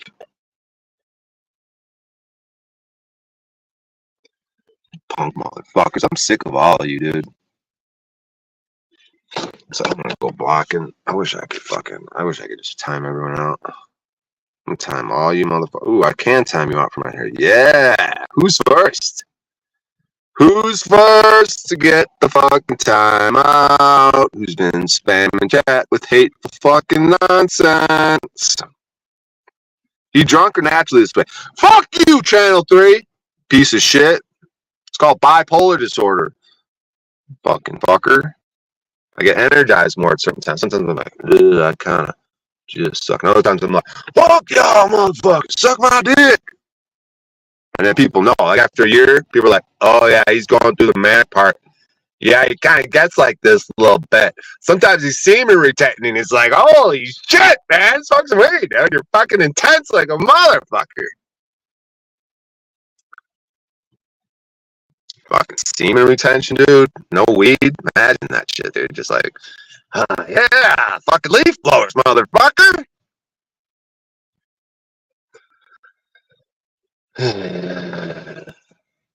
Fuck. Listed as a covert risk. I'm listed as a domestic terrorist, is what I am. Fucking cops pull it up, sitting in the back of a cop car, they're pulling up my mugshots. I'm like, ooh. We should pull up. I should find my mugshots and put them on stream, dude. Creepy ass angry ass looking motherfucker, dude. Fuck that dude. Fuck that dude, man. Fuck. Thank God for those pictures, dude. You kind of forget sometimes, dude. My family talked about it. They walk in the room and it's just like doom and death. You're just so angry and just like, fucking fucker. Just anger, dude. Just fucking raw fucking anger, dude. Just fucking, I don't even know, dude. And then you're like trying to do street shit, but you're not a street person, but like, it's like you get the green light to be a piece of shit. That used to be the thing. It's like, oh, we're gangbangers, so we just get to be fucking the most fucking just anything goes, right? We just get to be like, to the point where I'm like, oh, you're being a nice person. Fuck you. You can't have nice vibes. Look at him trying to be a nice guy. Ah, fuck you. No fucking good vibes around here. This is fucking suffering, dude. And then I go through all my shit. I don't feel so bad now about when I went to county and I had no clue. And I'm shaking up with certain people and I'm like, oh yeah, I'm this, and this. They're like, oh yeah, you're this and this. What hood are you from? And then I realized, then immediately I'm like, oh my God, my boys beat this dude down. He didn't need to beat that dude down. Fuck, he's part of this thing. I'm like, and next you know, they're like, you know, they wanted me to go up in a cell and there's a bunch of dudes there and I had no clue. And I went knocked on the guard thing. The guard's like, normally I don't get involved in any of this shit. Because he's like, what's going on? I go, I don't know, I'm about to get my ass whipped. He goes, why? I go, I think it has to do with some street shit. He goes, normally I don't get involved in any of this shit. He goes, but you just happen to look exactly like my son. He goes, so I'm gonna, you know, you're getting bonded out a little bit. I'm gonna look out for you and transfer you out of this thing, right? I don't know what the fuck would have happened, bro, if I went up in there. I learned a little bit. Fuck you, motherfuckers, though, dude. Muted. There's no way I'm fucking muted, dude.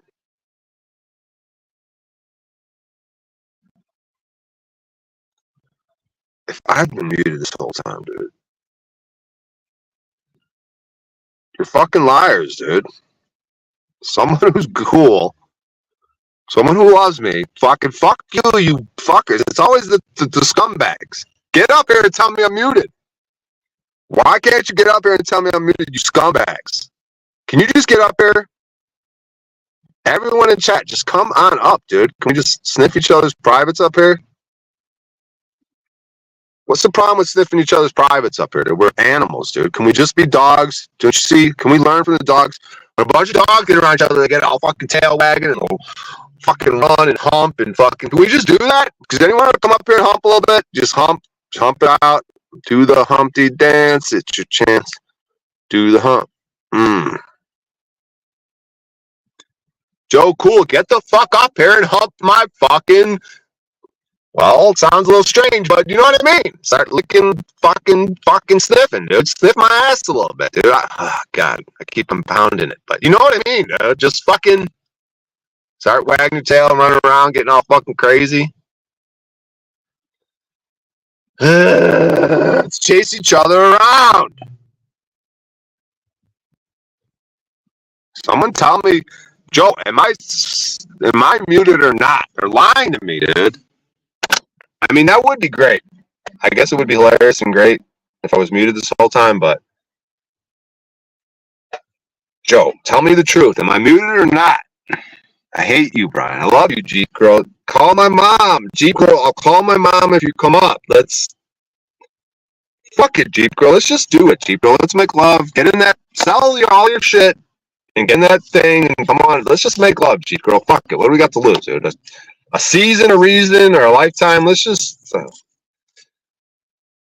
what is it? A season, a reason, a moment, a thing, whatever the one that's like a little moment. Let's just start there. We'll make love, Jeep Girl. Just get in here, sell all that shit you're talking about. Get that fucking RV, and then drive out to Vegas, and we'll make love, and then we'll just whatever, dude. You could probably use a little love making. I could use some love making, and then just see what happens. You know? Oh, Brian and Jeep Girl made love. And see them two dogs over there with their dick stuck in it? Oh, we got to go. Oh, the male dog's got his. Isn't that what dogs do? They get stuck? Oh, they're stuck. They were fucking and they got stuck. We got to rip them apart. It's going to happen with me and Jeep Girl. They'll be like, oh, Jeep Girl and Cher stuck together again. All right, you guys take one end, we'll take the other, and on three. On two. Oh, holy shit! Well, Shay got stuck inside a Jeep girl again.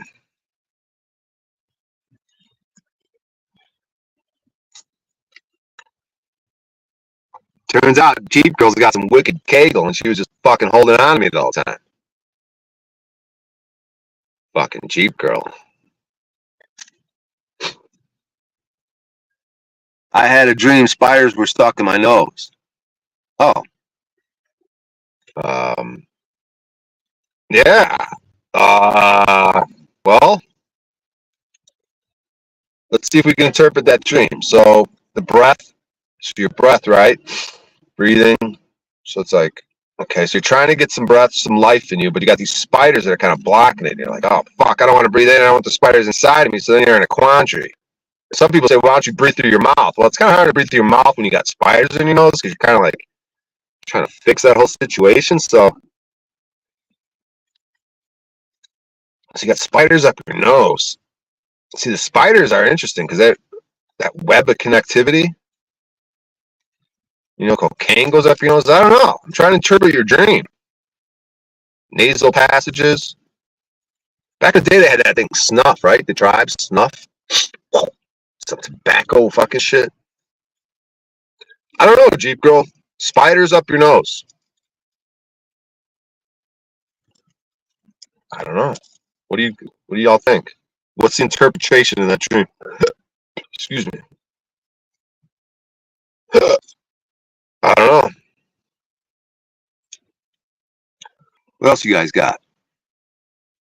There. I didn't really give attention to desperate niggas, even though my mask. You're starting to smell. Me? Who you talking to? Who y'all talking to?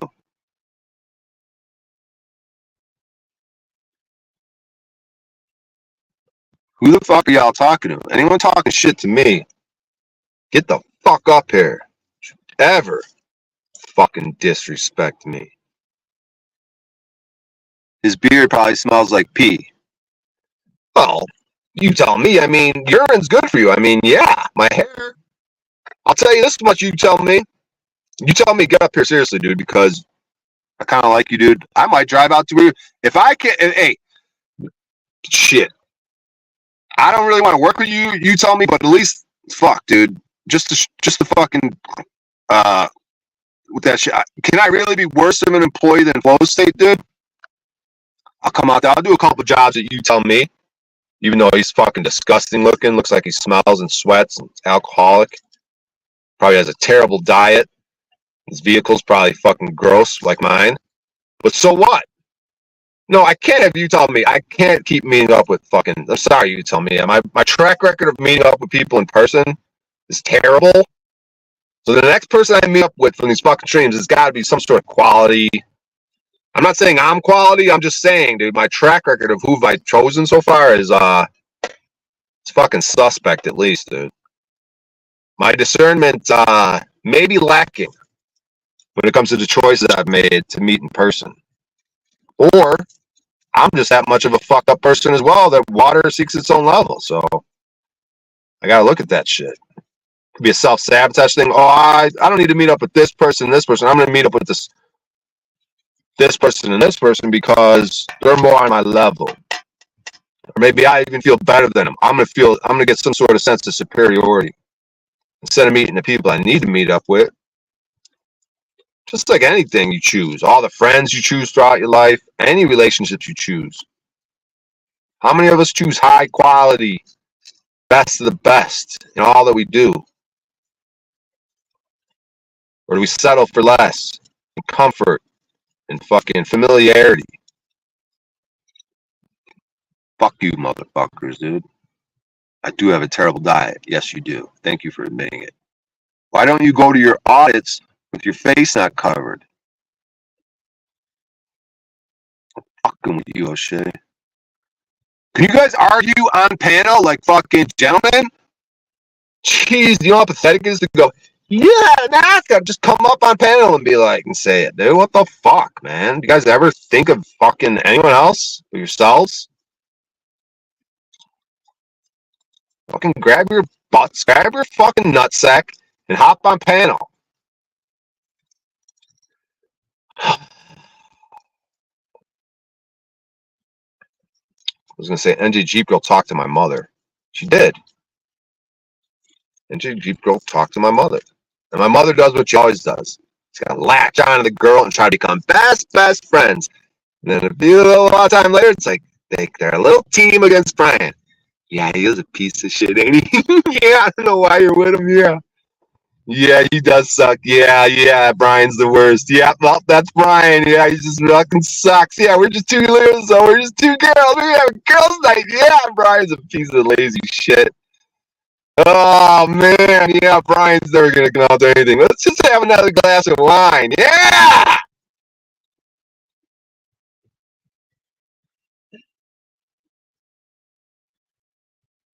Fuck you, motherfuckers, dude. Sick of this shit. Piece of shit. Channel 3 just said. Piece of shit. POS. Point of service. No, it's not point of service. It's a piece of shit. Yes, this is our POS screen. It's the point of service. It's our piece of shit screen. Yes, the POS. It's the point of service. So when you're entering the information in, you go to the POS screen, the point of service. You enter the information and the amounts. Piece of shit. Brian, your audio is choppy at times. Fuck! I'm on this goddamn phone. This fucking old ass phone. It's got 16 million tabs open. It's been dropped 100 times. You only paid $200. You need $1,000 phone with $1,000 laptop. Get up here, Thomas Aquinas. You gay. You gay. You gay. Get up here, you gay. You gay. Get up here. Gay, get up here. Gay, gay, you. Get up here, gay. You are gay. Get up here. You are gay. Get up here. You are gay. Get up here. I am totally manic. Fuck it, dude. Get the work done. So we gotta do, guys. You guys gotta notice it. Brian's manic. Let's make that money. Team on. Brian's got energy for once. He's out of the depression. Let's go. Make it happen. Make it money. He's got to make it all right now. Brian's got the energy. He's manic. He's manic. He's manic. He's manic. Get it. Get it. Get it. Get the money. Get the money. Get the money. Get the money. Make it. Produce it. Make the songs. Make the songs. Make the jokes. Make the jokes. Write the jokes. Write the jokes. Okay. Okay. The depression's gonna come. Spread. The winter will come. It's summertime. It's spring. Plant. Plant the seeds. Plant. I'm telling you, you guys got to notice this shit. When I'm manic, dude, it's on. That's when we got to make the money. And then you feel the depression. You feel winter coming. Uh-oh. Leaves falling off the trees. Okay. Okay, we gotta pull Brian back, pull him off social media shit. He's gonna go depression. So pull him off the radar for a while. Pull him off, pull off shows, take the shows away. Okay, he's depressive. Take the shows, cancel shows. Okay, Max coming back. Okay, get the shows going. Write the jokes, write the songs, record. Get it going. He's back. So you gotta treat it like nature. Maybe I'm so in tune with nature and whatever's going on in these stars, they say, oh, it's manic depressive. No. It's like I'm just so fucking in tune with it subconsciously that when you use me as a canary in the coal mine, when you start to see my moods and shit, you're like, okay, it's a good time for all of us. Look at him, he's manic. That means there's something going on in the stars. We should go for it too. Use him as okay, he's depressed. He's doing it. Okay, let's all close in. There's something to this. Something going on in them stars. Good time to close in. You know what I'm saying? See, y'all just don't get it, dude. What the fuck, man? Why did you take 30 minutes to roll that piece of shit? Hey, fucker, listen, fucker. Huh, huh, huh. You're a fucker, dude. You know what you are? Man.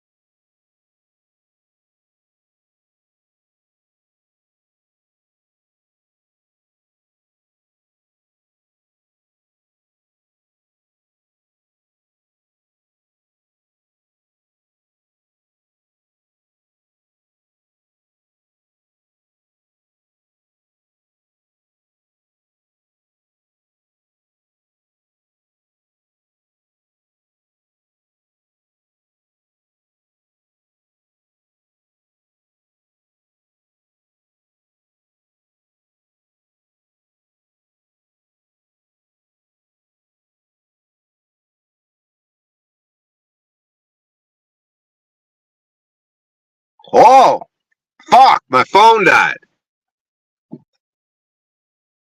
Beard smell. True. Did he disappear? Harped. Black magic. Oops. Beard smell. Oh, yeah. So I took aged urine, right? In my tub over here, my bathing tub. And you take your head over the bathing tub, and you take the aged urine, a nice black year-old urine, you pour it all on your head, and then you'll feel it hit your scalp. It just feels so healthy, dude, because I know how good aged urine is for everything, for your skin. Yeah, dude. Any women, anyone got acne, any teenagers got acne? Yeah, urine, probably fresh, aged. Age is probably better for the skin. I know age is great for the skin. So you put your full body. So I'm putting it on my hair, right? That's what gives you glorious hair. So I got the aged urine, right? But then I put the aged urine in, right? Ooh, great feeling. Put it all in my hair and my scalp. Massage it all in. Then I take normal shampoo and normal conditioner. And I'm like, okay, that should take the smell out, right? But then my hair gets wet and I smell my hair. When it's dry, you don't smell it, but then it'll get wet and be like, oh, there's a tinge of urine in there. But it's all right, because urine, that's actually probably good for me. Because I like there's still urine in there. Because ideally you would just have urine in your hair, but you'll stink. See, ideally you would just have the urine and let it dry. Stick the aged urine in your hair and just let it dry. And you probably have the best hair ever. The problem would be the smell. Anyways, you fuckers, dude. You fuckers, dude. I'm really fucking sick of this shit. The stories aren't, what? Bathtub equals toilet. No. Toilet? Okay, if I really had to in the middle of the night, you get yourself some Starbucks napkins, get yourself a little secluded area, preferably on some dirt, and you just squat shit it out, dude. Squat shit that out. Squat shit it out. Maybe bury it or cover it up with some leaves and rocks and shit. Emergency situation. But normally that's a bathing tub. Do your bum bathes. Get your pits, balls, feet. Then you can wash your hair in there. Do a foot soak. Get some aged urine. Put your feet in that fucker. Brian figured out this purely by accident by sweeping in alleyways. Why do I read like I'm fucking... Brian figured this out purely by accident by sleeping in alleyways behind local bars. Figured what out? Oh, all this meditation shit. Yeah, Brian's a fucking idiot. I'll tell thing. I had these little quips, angry hater, and then what if Brian actually started doing something successful that really made me pissed off? So maybe that's motivation for me. I should really piss these motherfuckers off and just make a hit song, make some new jokes, do fucking something, have some success, and watch these motherfuckers just really fucking lose their shit. Like, oh my god, it's just fucking... What are you gonna say then? Fuck faces, huh? Huh? You can do something behind the scenes?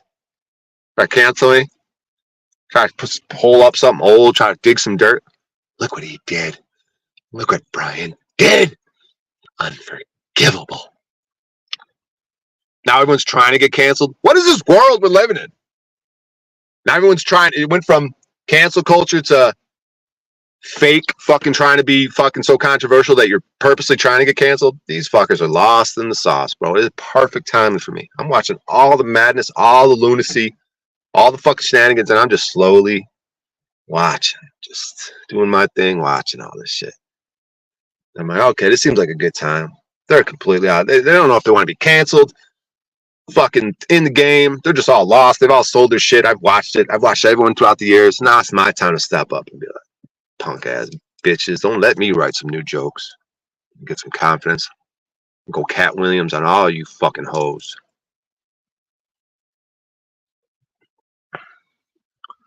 It's triggering my MAGA phrenia.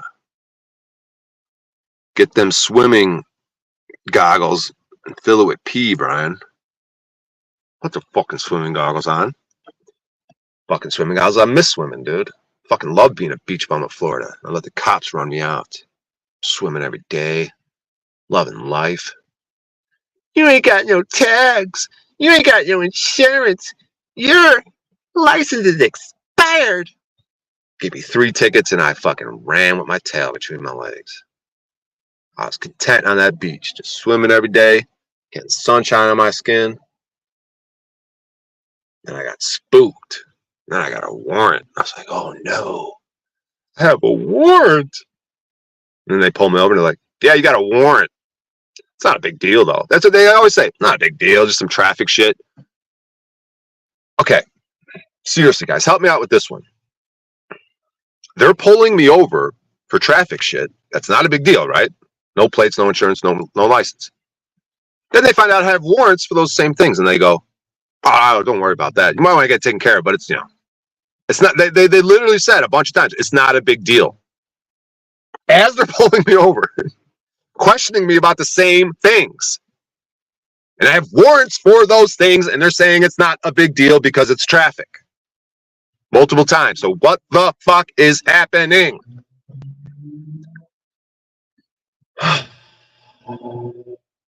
And then I look up my tickets. I only have 3. What happened to the other 3? Did the cop like tell them to take it down? Are they in warrant status? I don't know. I was trying to look into it. I'm supposed to have 6 tickets and I only have 3 that I found. I don't know what that's about. And it didn't say like, oh, it's warrants are out. It just said tickets are still there, as if I could still pay them, as if there's been no consequences.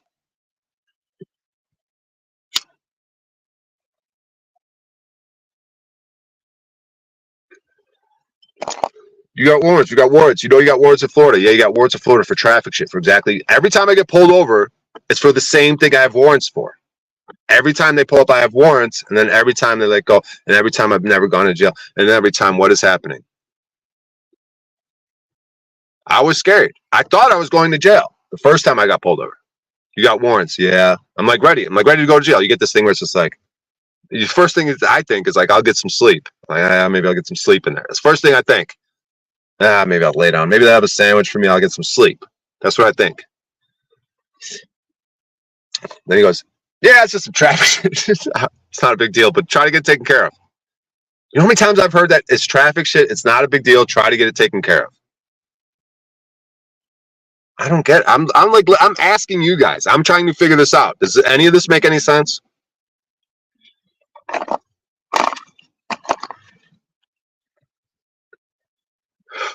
Wyobig. The dude goes, I'm sitting at a truck stop, the rest area. He sticks his snout in the car. This is when he sticks his snout in the ball goes, you know what you do next time? You stick your 2 fingers in his nose and back him off. I know. He stuck his snout in the car like a pig. He literally like, because I was ready to roll up. I was rolling up some weed. I was about to smoke. He's like, and this cop was one of them, dude. He was one of them. The one that, if we do the processing, if we learn this legal process shit, he's the one you want to do it on because he's just a vermin, dude. The other guy we made the film on, nah. He's a nice guy, even though he's an idiot. This guy, a vermin. These egotistical cocksuckers. So, sticks a snout in and he sees the jar. He sees the jar, right? He goes, what's in that jar right there? And I'm just like, dude, what's up? What's going on? You know what I mean? He's like, well, I smelled some marijuana. I'm like, yeah, whatever. I'm like, he's like, we could do it like this. Either you let me come in your car and take that thing, or we ain't gonna have no problems. Otherwise, you don't let me search your vehicle, we gonna have a problem. You gonna go to jail. You gonna go to jail. If I find marijuana, you going to jail. That's how he's saying. He goes, you have 2 options. You give me that shit, we gonna figure it out. Write your little thing, a fine. I give you a fine. You say no, and I find it in there, you going to jail, boy. You going to jail. This is what he's saying. And then he goes, I'm gonna ask you right now, can I search your vehicle? Nope. Can't search my vehicle. All right, get up, sir. I'm gonna need you to step out of the vehicle. Puts me in handcuffs. There's another officer shows up on the scene. I'm standing by the officer. He's going through this car, and I love when they go through this car. I'm like, have fun, motherfucker. They're fucking picking up shit, looking through shit. I'm like, you're a dumb fuck, dude. There's so much shit in this car. I'm like, yeah. Me and the other guy are just watching them, going through it, right? He eventually goes through every fucking thing. He didn't even go through the whole trunk because once he got to the trunk, he was like, they take this like sigh, like it's just completely filled. They're like, oh. And they don't even go through the trunk. So then he goes through everything, right?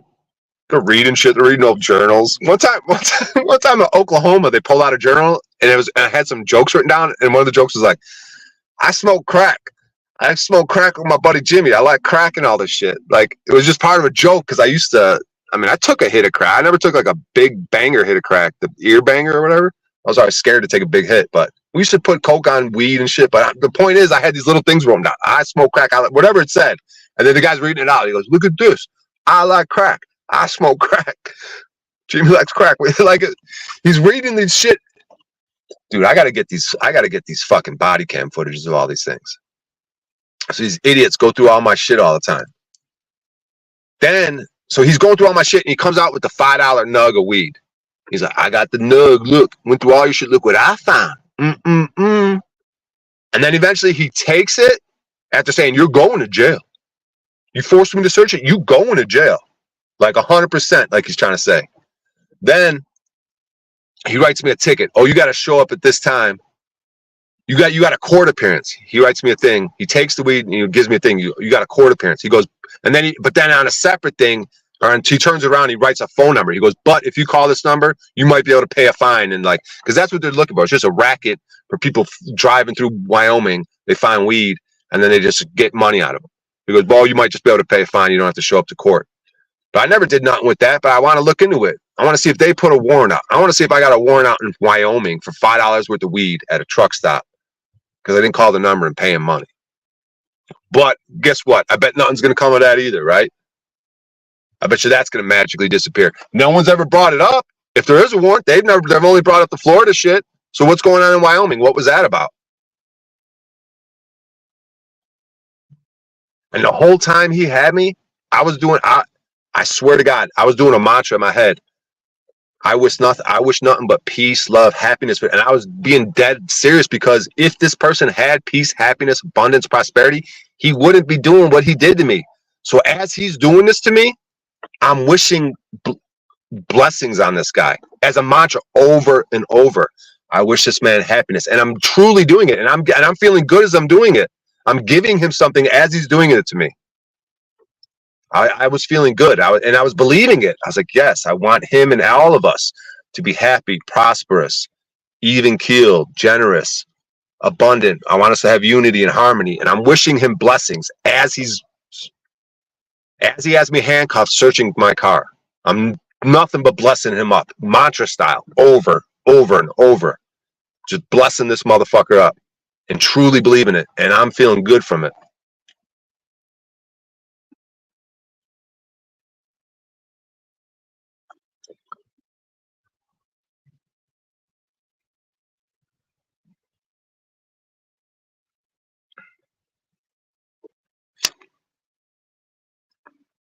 Reading some of these comments. Snafu crew. Paul is a car.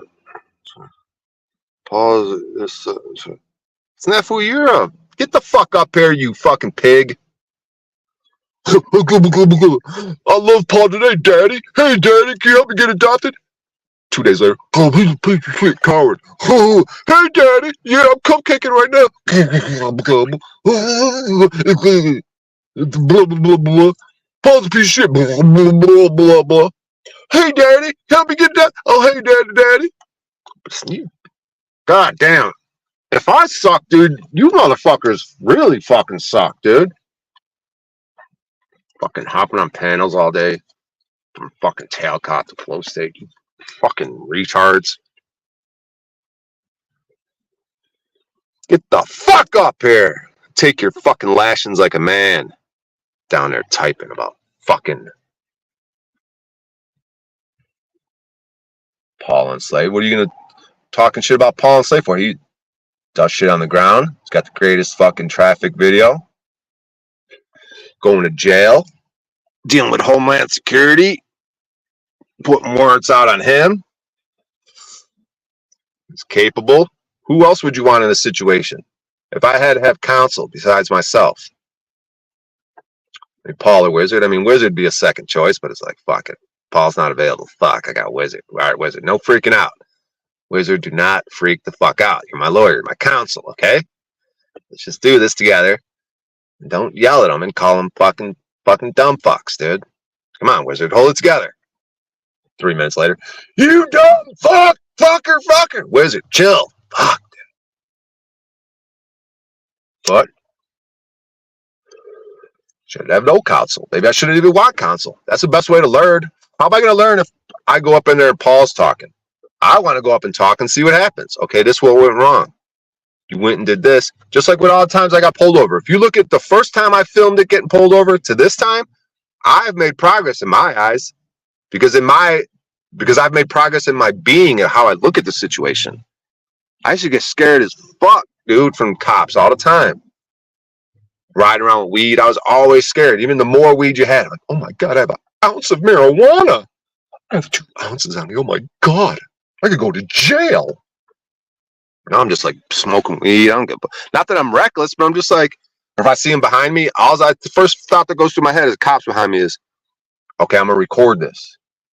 Those lights go on, boom, I hit record, and we just see what happens. I go to jail. We had interaction, we have the interaction. How am I gonna proceed in my interaction? What's my game plan? That's what starts going through my head when a cop gets behind me. How am I gonna talk? What's my game plan right now? How do I want to present? Am I go to jail? Am I prepared to go to jail?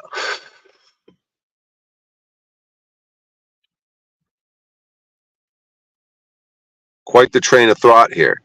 Get the fuck up here, ice girls. Fucking miscreant. Just waiting. Can't wait till I fucking make moves. You got this fuckers like ice girls and Channel 3 and Unknown. Look at Brian. Look at him. Look at him. Look at him, all successful. Look at those women. Looks like the women. Look at the women are reaching out to him. Oh my God, look, what the fuck?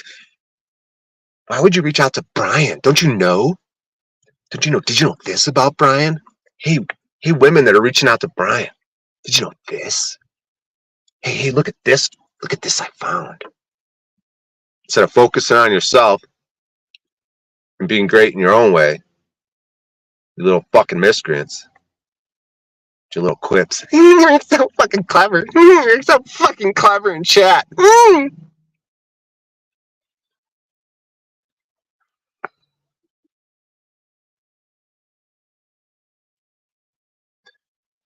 Daddy let Snafu down. Oh my God. Fucking cycles. He's gonna be cupcaking hard. Snafu's the biggest fucking. Snafu, you're gonna be cupcaking with Paul soon, so you're gonna look like a fucking moron, dude. We'll be cupcaking with Paul in fucking 2 seconds, dude. He's a fucking dumb fuck.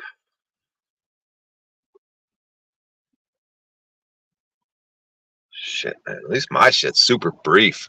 My outbursts or my fucking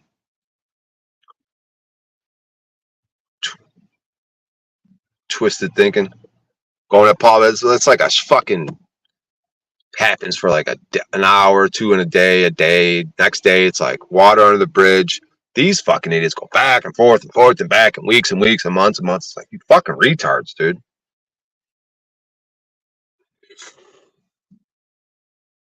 Fucking retards, dude.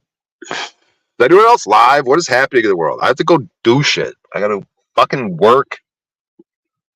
The whole world by the fucking balls, dude. It's nice and cold out here. I got a big fucking mountain. I got sunshine all over this motherfucker. I get sunshine on my skin.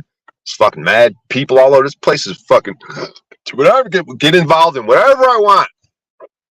I can go to the strip, put a Tarzan outfit on. I'll fucking do it. That's a joke. It's just a bit. I don't really want to make money in fucking. It's me. I'm just being funny with the Tarzan thing on. It's cold out. Nah, I'm Tarzan and fat. It fucking sounds funny to me right now. I'll go buy the fucking thing. Go buy it, whatever. It's not much of a costume. It's like a fucking, what is it? A little leather thing? What is the Tarzan costume? It's not much, right?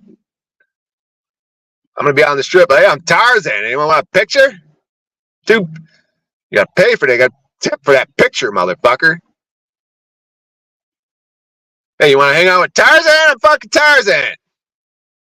Tarzan, man.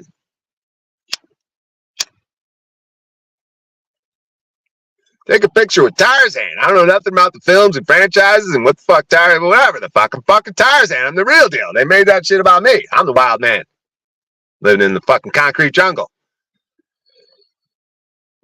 Didn't Tarzan like let out a big yell? Didn't he like scream as he was like swinging from vines or something? You fuck. Oh, our pool. Fucking our pool. Link for crew. I've already dropped the link 800 times. Fucking our pool. And fuck you too, our pool. Right? When I was going through my thing, my traffic stop, our pool had something stupid to say.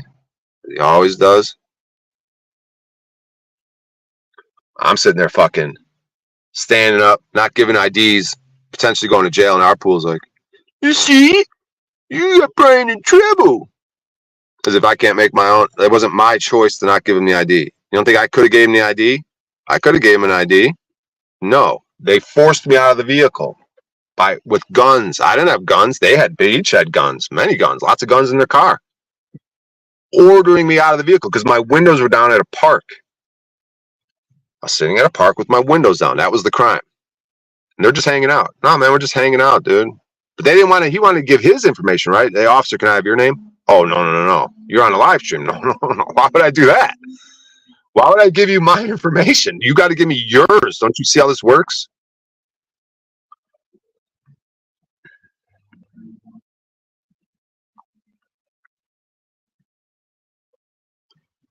Hello? What's going on? Melted bricks for teeth. You talking about my bottom level? The top level's all right. The top level's okay, but the bottom level's a little brick melted, like just a little. Yeah, it's got a little mind of its own. But Dude, once those are white, dude, and with the right angle. Loserous fucking comment. Paul's videos are fucking how old? 10, 14, 20 years old? Dude, everyone's been doing his little soft sit pullover videos. In fact, motherfuckers getting shot up because they're fucking standing up more than Paul. Paul's showing me nothing but being a coward to pedograph. He could talk shit about Flo, Cynthia, you, myself, Tribe. He could. Yeah, give me a second here, Snafu. Hang out backstage. He likes to just fucking ramble, bamble. But you're a dumb fuck, dude. I'm bringing you back up, but you're a dumb fuck, dude. You cupcake one day, he sucks the next. Dude, he has objectively the best travel fucking video out there. That's why he went on Crow 777. Because of that video. That's why I did all those interviews a year and a half ago, whatever it was, because it was a great travel video. Did everyone else go on Crow 777 for their travel videos that everyone else is doing? No, it's because this one was exceptional. So he did the travel video, and he'll even admit that it wasn't perfect. There's things in there that he doesn't. He's, you know, his understanding changed since then. Nonetheless, still the best travel video out there. I'm bringing you back up. Yeah, let's live in the fucking past, which he does. He did one fucking thing standing up. First time he ever stood up, maybe, and did one thing, and that's it. And then wrote. Can you just chill for a second and have some sort of back and forth? Like, or you just want to vomit? Do you know how to like yield and go back and forth a little bit? What do you mean back and forth? I'm telling you, Paul's a coward bitch, and you keep Nazi blocking me for your daddy. You know what? You used to be culted up like Tarek, but you kind of broke away for a while, which is good. And yeah, I call Paul out on his bullshit. He grifts off old ass videos, shit he does. When's the last time he stood up or did he? Bro, just when I bring you back, just don't talk. I'm gonna say something, then you can respond to it, or you say something, stop. You don't just. Ever since you came up, you've just been vomiting, going. You just like no respect for me. It's like you're using this to bitch out Paul. Like I'm a person in the room with you, dude. Like what the fuck? He left. Did he leave? Okay. This is how life works. Hello, snafu. Melted brick teeth. Hello. Okay, insult, fine. But you shut up. Okay? It's progress. I love you. That's too strong. Can you just go middle? Can you just say like hello, Brian back or something, you know, something like that? Like, hi Brian, whatever. Okay, fine. Then okay, you want to bitch about Paul, but we both know, right? That a week from now, a day from now, an hour from now, you'll be back on his show cupcaking. Like, do you think never again will I be back? Never again will I be back on Paul's show going like, yeah, but you know, like.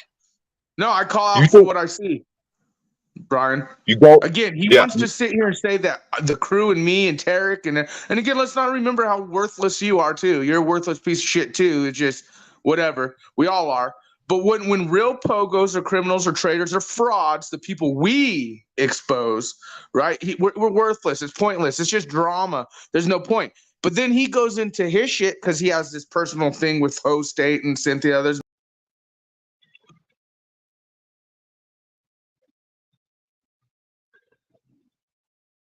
Can we keep our sentences short, dude? We're going on these rambling monologues, dude. Like, we only get 2-3 sentences each. That's it. And you got to shut up. And then we could build from there. Dude, you're like going on and on and on.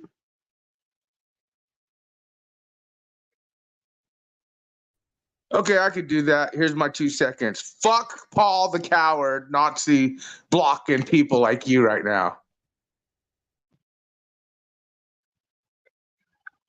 You're such a, but dude, what is, okay, let me see what, let me look at the chat for a half second. Slaps at resort to Brian. That's an insult to me. You insulted both of us, dude. Snap who wants to see Paul get doxxed or ran up on some hater online. Yeah, you do want that, Snaps. Piece of shit. Our pool's really jerking off to this.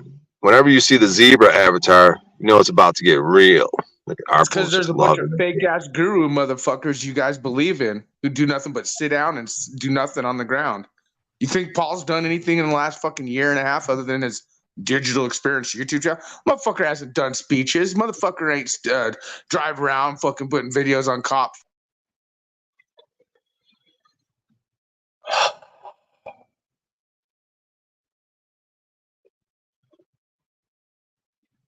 Got Paul's dick in your mouth, dude. Dick in your mouth. Dick in your mouth. Got Paul's dick in your mouth. Dick in your mouth. Everywhere you go, Paul's dick in your mouth. Dick in your mouth. Got Paul's dick in your mouth. Dick in your mouth.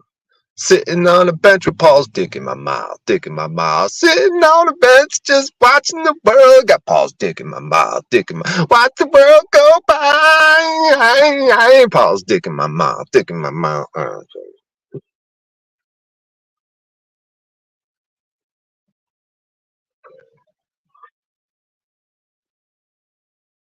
Paul's dick in your mouth, dick in your mouth. You got Paul's dick in your mouth, dick in your mouth. Sitting on a bench, thinking about Paul's dick in my mouth, dick in my mouth. Someone's gonna clip that. Snap.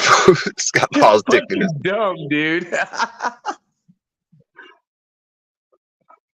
You're a By piece the way, of you shit. need to get the fuck out of Vegas, dude. It's fucking you up.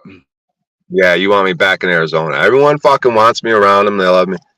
Get the fuck out of here. I'm not going to Arizona. Vegas is fucking you up. Get the fuck out of here, you miscreant. You fucking flip-flopping.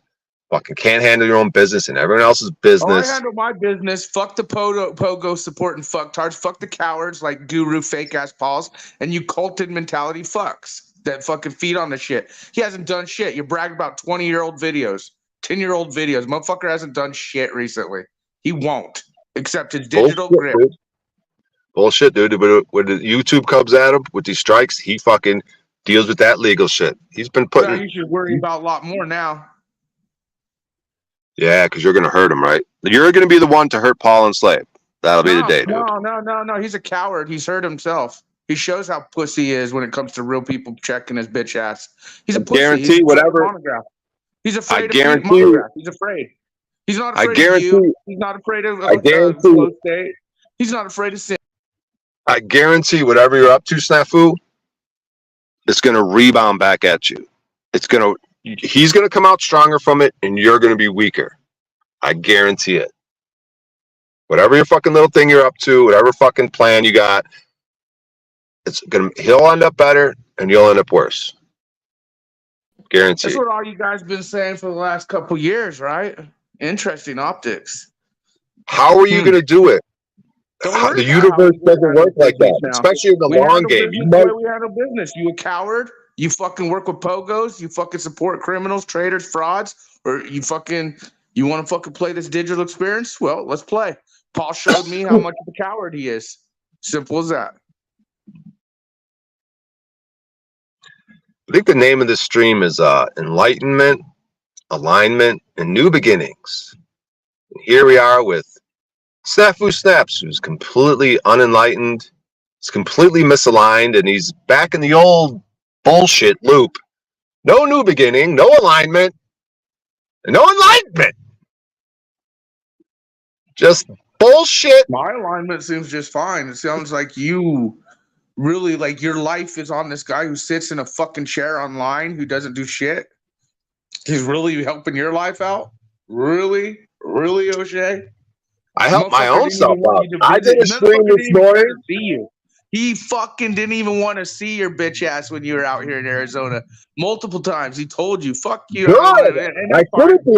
I get you wouldn't want to. Because I met people like you. He's a coward to pedograph, and we witnessed him be a bitch. All right? He could talk shit about everyone else, talk a high game, but when it comes to real players in the game, and I've never seen someone get throat fucked when the other person's not even in the room. Like, he has his own, like, you know how Hank has his blow up doll? He has a dildo, and he's deep throating, and he wrote Paul on the dildo, and then he's deep throating himself. That's what Snafu Snap's doing. He's deep throating a giant black dildo live on stream, and there's big white letters that says Paul. And Snafu Snaps is just like the sword. You ever see those guys with the swords? They can put the sword in their belly. He's basically doing that with a giant black dildo right now.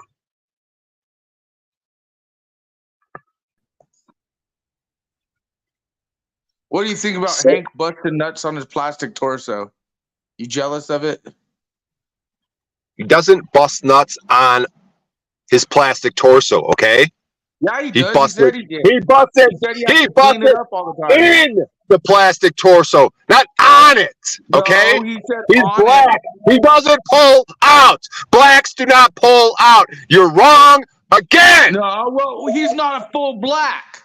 You think Hank is black? Hell, Rob Cleveland ain't even full black. Shut up. You're not even black. You're a fucking Indian. Yeah. You're an Indian.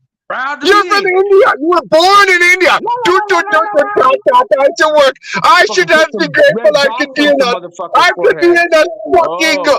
I could be doing scamming old women right now. Shiva, Snapush. How come you been lacking, dude? How come we don't see anything coming out of your shit yet? You've yet to upgraded your fucking content.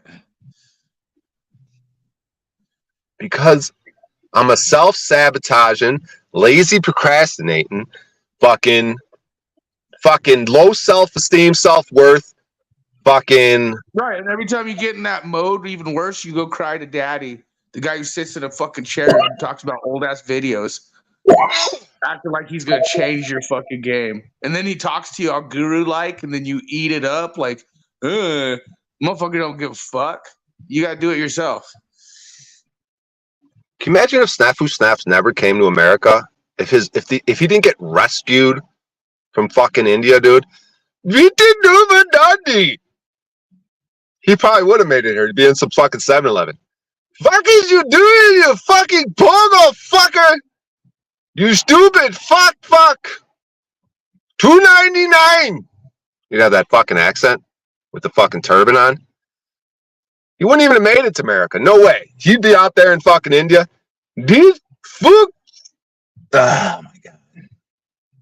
He'd be like, fuck the cow. Wait. Okay, I'm on the bench. Carl's okay. Hello. I'm a scammy guy. Hello, American tourist. Yes, I show you everything. I love the cow.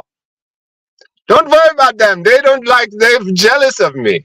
No, they say I scam, they're jealous. I'm a good person.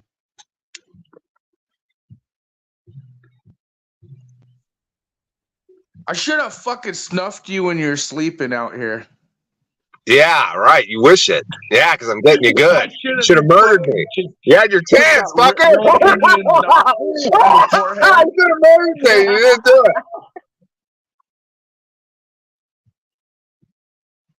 You're still fucking up, though. How would you have done it? How would you have done it? How would I I'm just sitting there sleeping, right? So I'm like going. I would have poured what do you do? And what do you do? You like tiptoe? He's got like the fucking. He's got the fucking hamburger outfit on. He's got the hamburger outfit on, tiptoeing up to me in the middle of the night. And I'm sitting there sleeping. I would have put that jar that smelled like a pneumonia that you left here, like right over your nose. Just fucking snuffed you that way. He's got the word jar in your face. He's a fucking word burglar, so he's got the hamburger outfit on, except he's a word burglar because he eats his words. I'll pay you back for that word on Tuesday.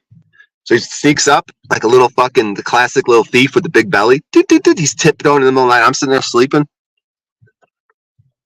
And he's got an idea. He's like, I'm going to pour hot water on his face. And then when he's all screaming, I'm going to stab him. That's his big plan, right?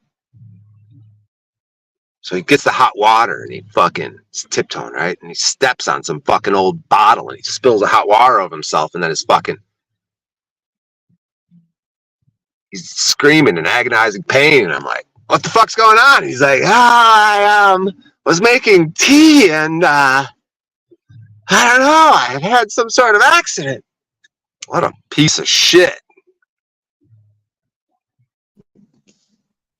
What's piece of shit is your melted brick teeth that smell like shit.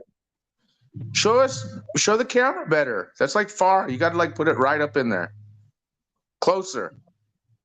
Move the fucking piss stained beard. I know it's a little crusty, but show us those melted bricks. Oh, snafu. That's why the bitches ran away, because they saw the melted bricks. You scared them off.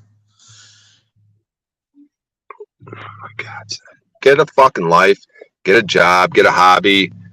Get a fucking. I got more of that than you. Oh, yeah? Got a life.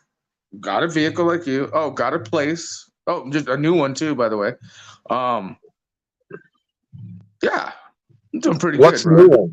An apartment? Yeah, I'm staying in an apartment, and then I got another place coming up too. I decided to go mobile since these pogo fucking cupcakes want to play ball. Mobile seems a little better for going against these traitors, pogos, pedos, and pedophiles. You wondered why I had all the surveillance and shit, and well, you know why? Because cowards like Paul are afraid of these criminals, traitors, frauds, and pedos, but we aren't. So you're living in your car? No, I have a place. What do you mean going mobile? The last place I was at that you stayed with me for that night, you know, before you bounced out, there's Vegas. I moved from that place.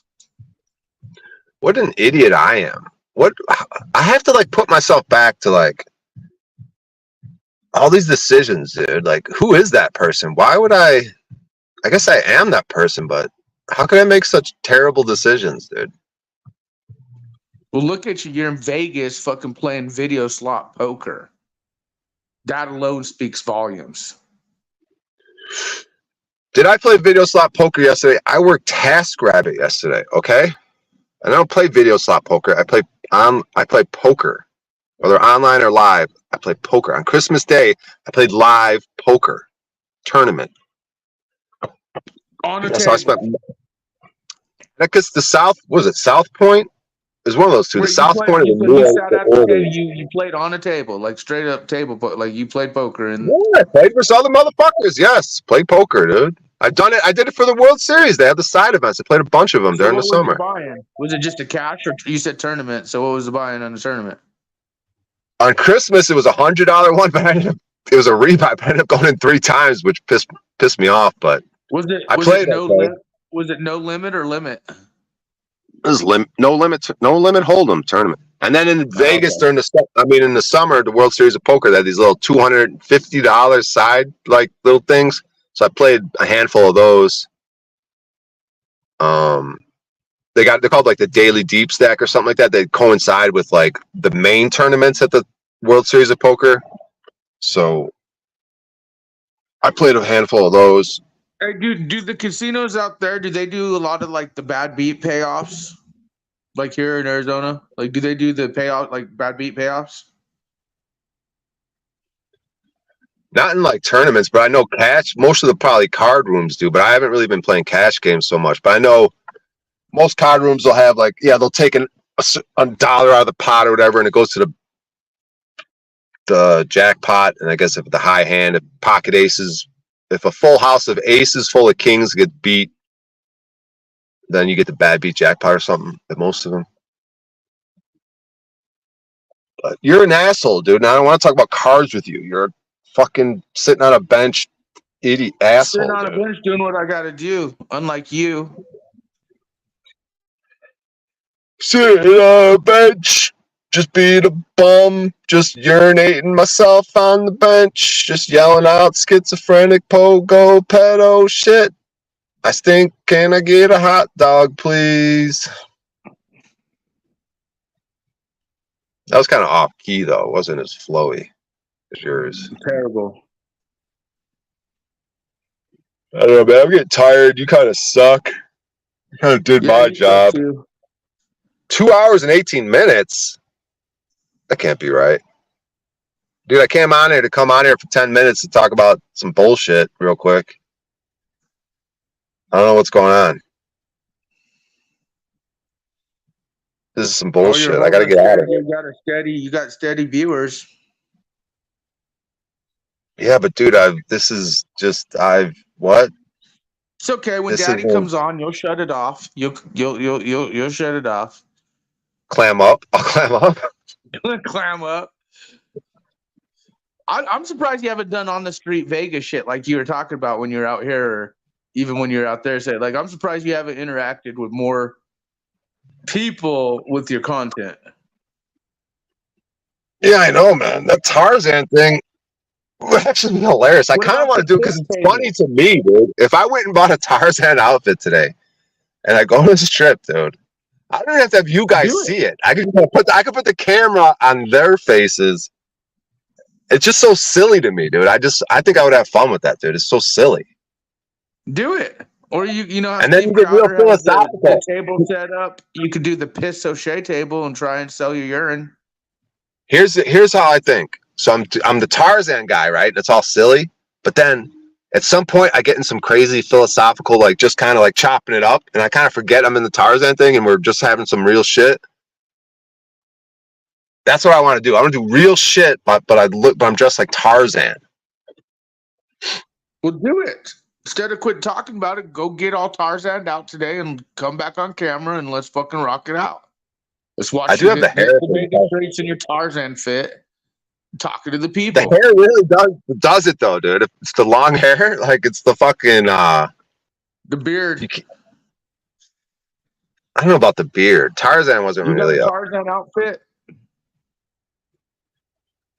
I mean, there's not much to it though. It's like a loincloth and some sort of something wrapped over. Tarzan or caveman? There is difference. Tarzan, I think. Do He it. swings from. Oh, and then Make sure Tarzan you had get like Jane, a little right? donation bucket. Sit it outside, like street performer type shit. Maybe I could talk some chick into being the Jane.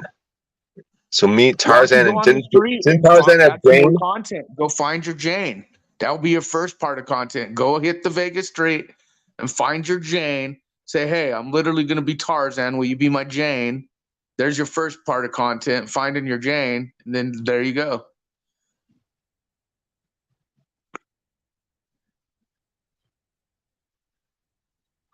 Hey, I gotta check my task rabbit thing. I'll be right back. Nah, I'm not gonna do it. I don't like when people do that. I'll figure that out. Why are you such a bitch, Brian? You're an idiot, dude. Yeah, back to you being a fucking dumb fuck, flip You're like flopping. almost Get a as worse fucking as life. Pride, but no one's really that bad. No, Get a fucking life, you idiot. You're a dumb fuck.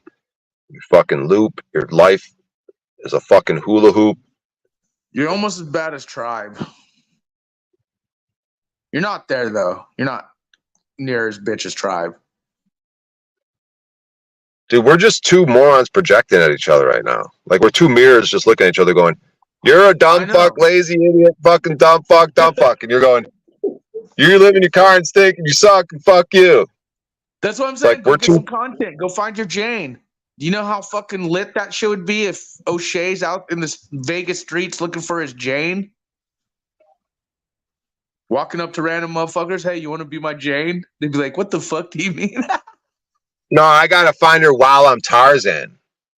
I gotta be like, if I gotta make it work, I gotta be like making it work, and then I'll be like, hey yo, you look like you want to join this operation?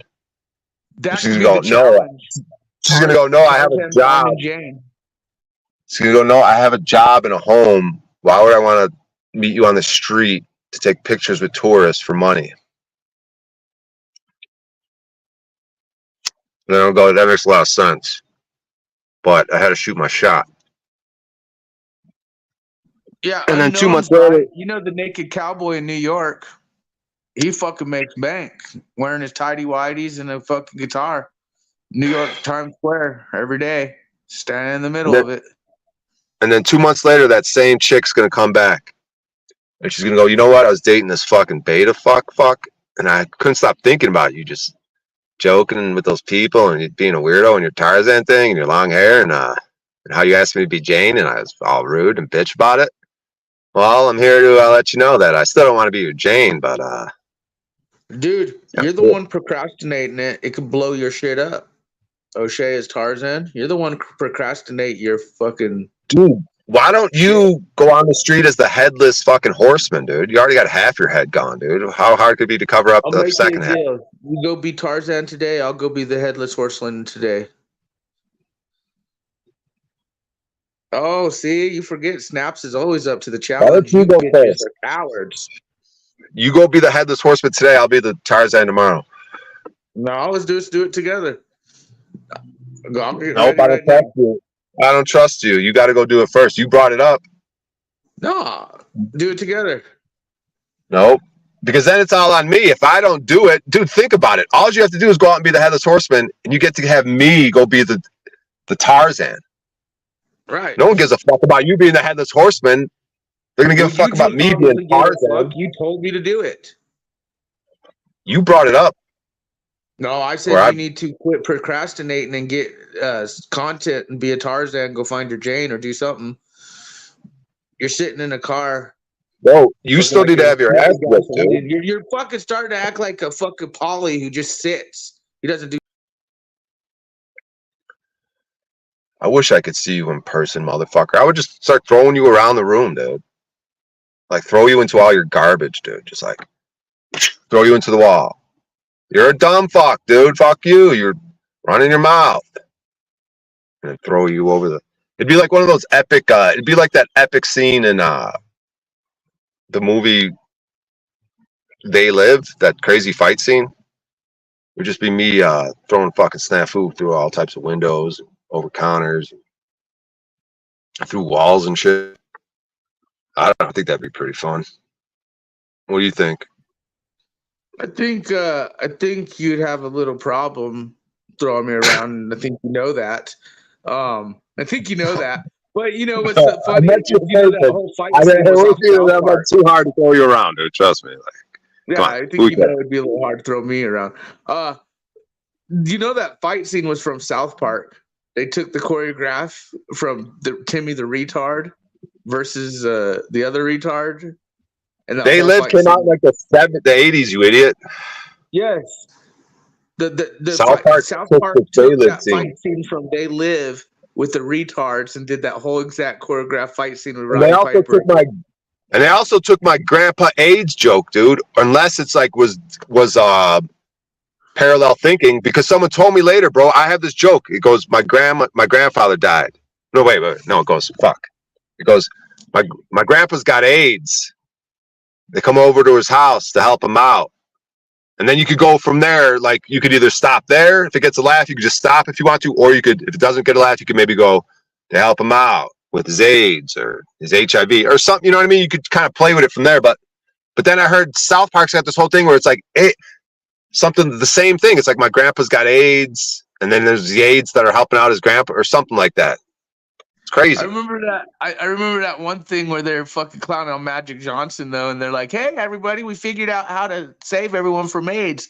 Put all your money together." And fucking, they're like talking to all these little Ethiopians and little fucking like mud tent huts. You know, put all your money together. I don't get it. Magic Johnson has lived a very long time. But what does Magic Johnson have to do with putting your money together? HIV. How long has Magic Johnson been around? And he was diagnosed Well, with HIV. Where does the money go? Is it going to research? Probably in his AIDS veins. cure? Probably in his veins, dude. You get what I'm saying? Dude, there is a cure. There's a patented out. I'll have to look it up. We did a video on it like fucking a year and a half ago, but there's a few patents for cancer, like AIDS and cancer, that medicines that have been proven through clinical trial to destroy AIDS and cancer, but because of big pharmaceutical companies and regulation, those medicines were banned or put off the shelf or like not talked about. But you could actually Google it, and we were doing stories on it a while back about certain medicine that cured AIDS. But these elites, they have access to a lot of that shit probably. So hence Magic Johnson optics. Why South Park made a joke about it. Kind of zoned out when you were rambling there a little bit, but like, yeah, dude, I don't want to get into it. AIDS is fucking fake. But doesn't mean you can't get some fucking. Tell Easy that. So tell Easy AIDS is fake. Well, I don't know. Let's see what would that be about? I don't know. It could be a combination of like they tell him he has it, and then there's something about him believing he has some deadly shit, and then maybe through the treatment, they kill him through the treatment. They're like, oh, we got these new drugs, and then those new fancy drugs that he pays a bunch of money for are really the poison that kill him. So it's the belief that you have something deadly and that you need some sort of cure, and then their cure, just like a vaccine, was the death. I think a lot, that's probably what happened in the AIDS epidemic, was that whatever that medication they were taking, like that AZT or whatever, was probably what was killing him or whatever. It's like chemotherapy for cancer, you know what I mean? It's like you're doubling down. You're already sick. Right. It's like you're doubling down. You're already sick, and then like, oh, put this chemo poison in you. The people that beat cancer are just badass motherfuckers. Not only were they sick, they were getting poisoned at the same time and still beat it. But that's the power of it. When I worked in the medical field, they were telling people, like, if you spot, like, say someone came in and was coughing shit and fucking hacking up shit, and then they did a chest x-ray, and say they saw like a small spot of cancer or spots of cancer, legally, unless the patient said, do you see cancer? If it was not a certain size, anyone who saw those films directed by the hospital and doctors were not allowed to tell the patient that, yeah, we see like spots of cancer, trace of it starting. They had to wait till it was a certain size that the doctors approve of, then to tell the patient. But usually at that size, then they become a multi-million-dollar patient because they're stuck in the pharmaceutical hospital system. Dude, that's why I don't even sign a donor card, man. These motherfuckers would rather harvest your organs versus put you on a ventilator for a day or two to recover your body. Big money in fucking the whole pharmaceutical game and hospital game, and that includes illnesses. And I'll tell you what, these doctors, I've seen plenty of films back in the day where patients had spots on their lungs or cancer spots coming, and they could have probably started early and did it, but because it wasn't within standards of telling them, unless the patient specifically said, do you see cancer, these doctors would fucking hide it. And God, all right, pause, dude. I get it. Like, I know that's what happened to me. They took a chest X-ray me and they saw a little spot. They go, you had pneumonia before? So you got to be careful sniffing isoporic alcohol, dude. I was using it to clean a bowl out, and I got pneumonia from it. I'm using too much isoporic alcohol, and I don't know. I think it showed up in X-ray. But yeah, but see, then yeah, if you're able to see it, that's why people know right from wrong. Oh, they say it's against the rules, but don't. As like a human being to human being, to be like, wouldn't you want to show that other person, hey, look, like, you know what I mean? And then, you know what I mean? Then you could, okay, I see something there. Then you could start mentally start trying to work on it. You know, that's probably very powerful. It's like, oh, I got something there. Mentally think about it. Put your attention on that to dissolve it or to heal it or something. It's like, put your attention on it and then go from there. If you want to add shit onto it, like heavy doses of RSO can potentially dissolve that tiny spot, like you're saying, before it grows bigger. You know, Well, I think start doing the shitty thing. That's the whole shitty thing with this whole medical pharmaceutical deception is because medicines aren't necessarily bad, okay, for people. In fact, they've healed and saved, and we've made so many advancements, but because of the deception and the weaponized use of this stuff, it's like playing Russian roulette in certain aspects. But even to a point of where just simple antibiotics could be. You just ramble too much, dude. I don't even want to talk medical stuff, really. You Nazi blocking fucktard. You're acting like Paul the Coward and OTW. Nazi blocking. And by the way, OTW, you're restreaming. Apparently. All right, I'm going to get out of here. He's restreaming. Salute to OTW. I'm going to go and... Yeah, salutes OTW. Quit being a Nazi, OTW. And Paul, you're still a coward ass bitch. Fuck y'all. All right, I'll see you later, Snafu. Wow, what a fucking pig. That disgusting pig. Okay, just projection central. I got to get it together, guys. Otherwise, I'm no better, no less disgusting than Snafu, and that's just waste. What a waste of potential, dude. So fuck that shit. I love you all.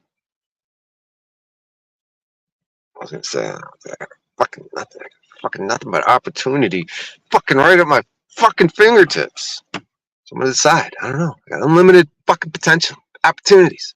I don't know what I'm gonna do today. I can do anything I fucking want. All right, I'll see y'all later. Peace.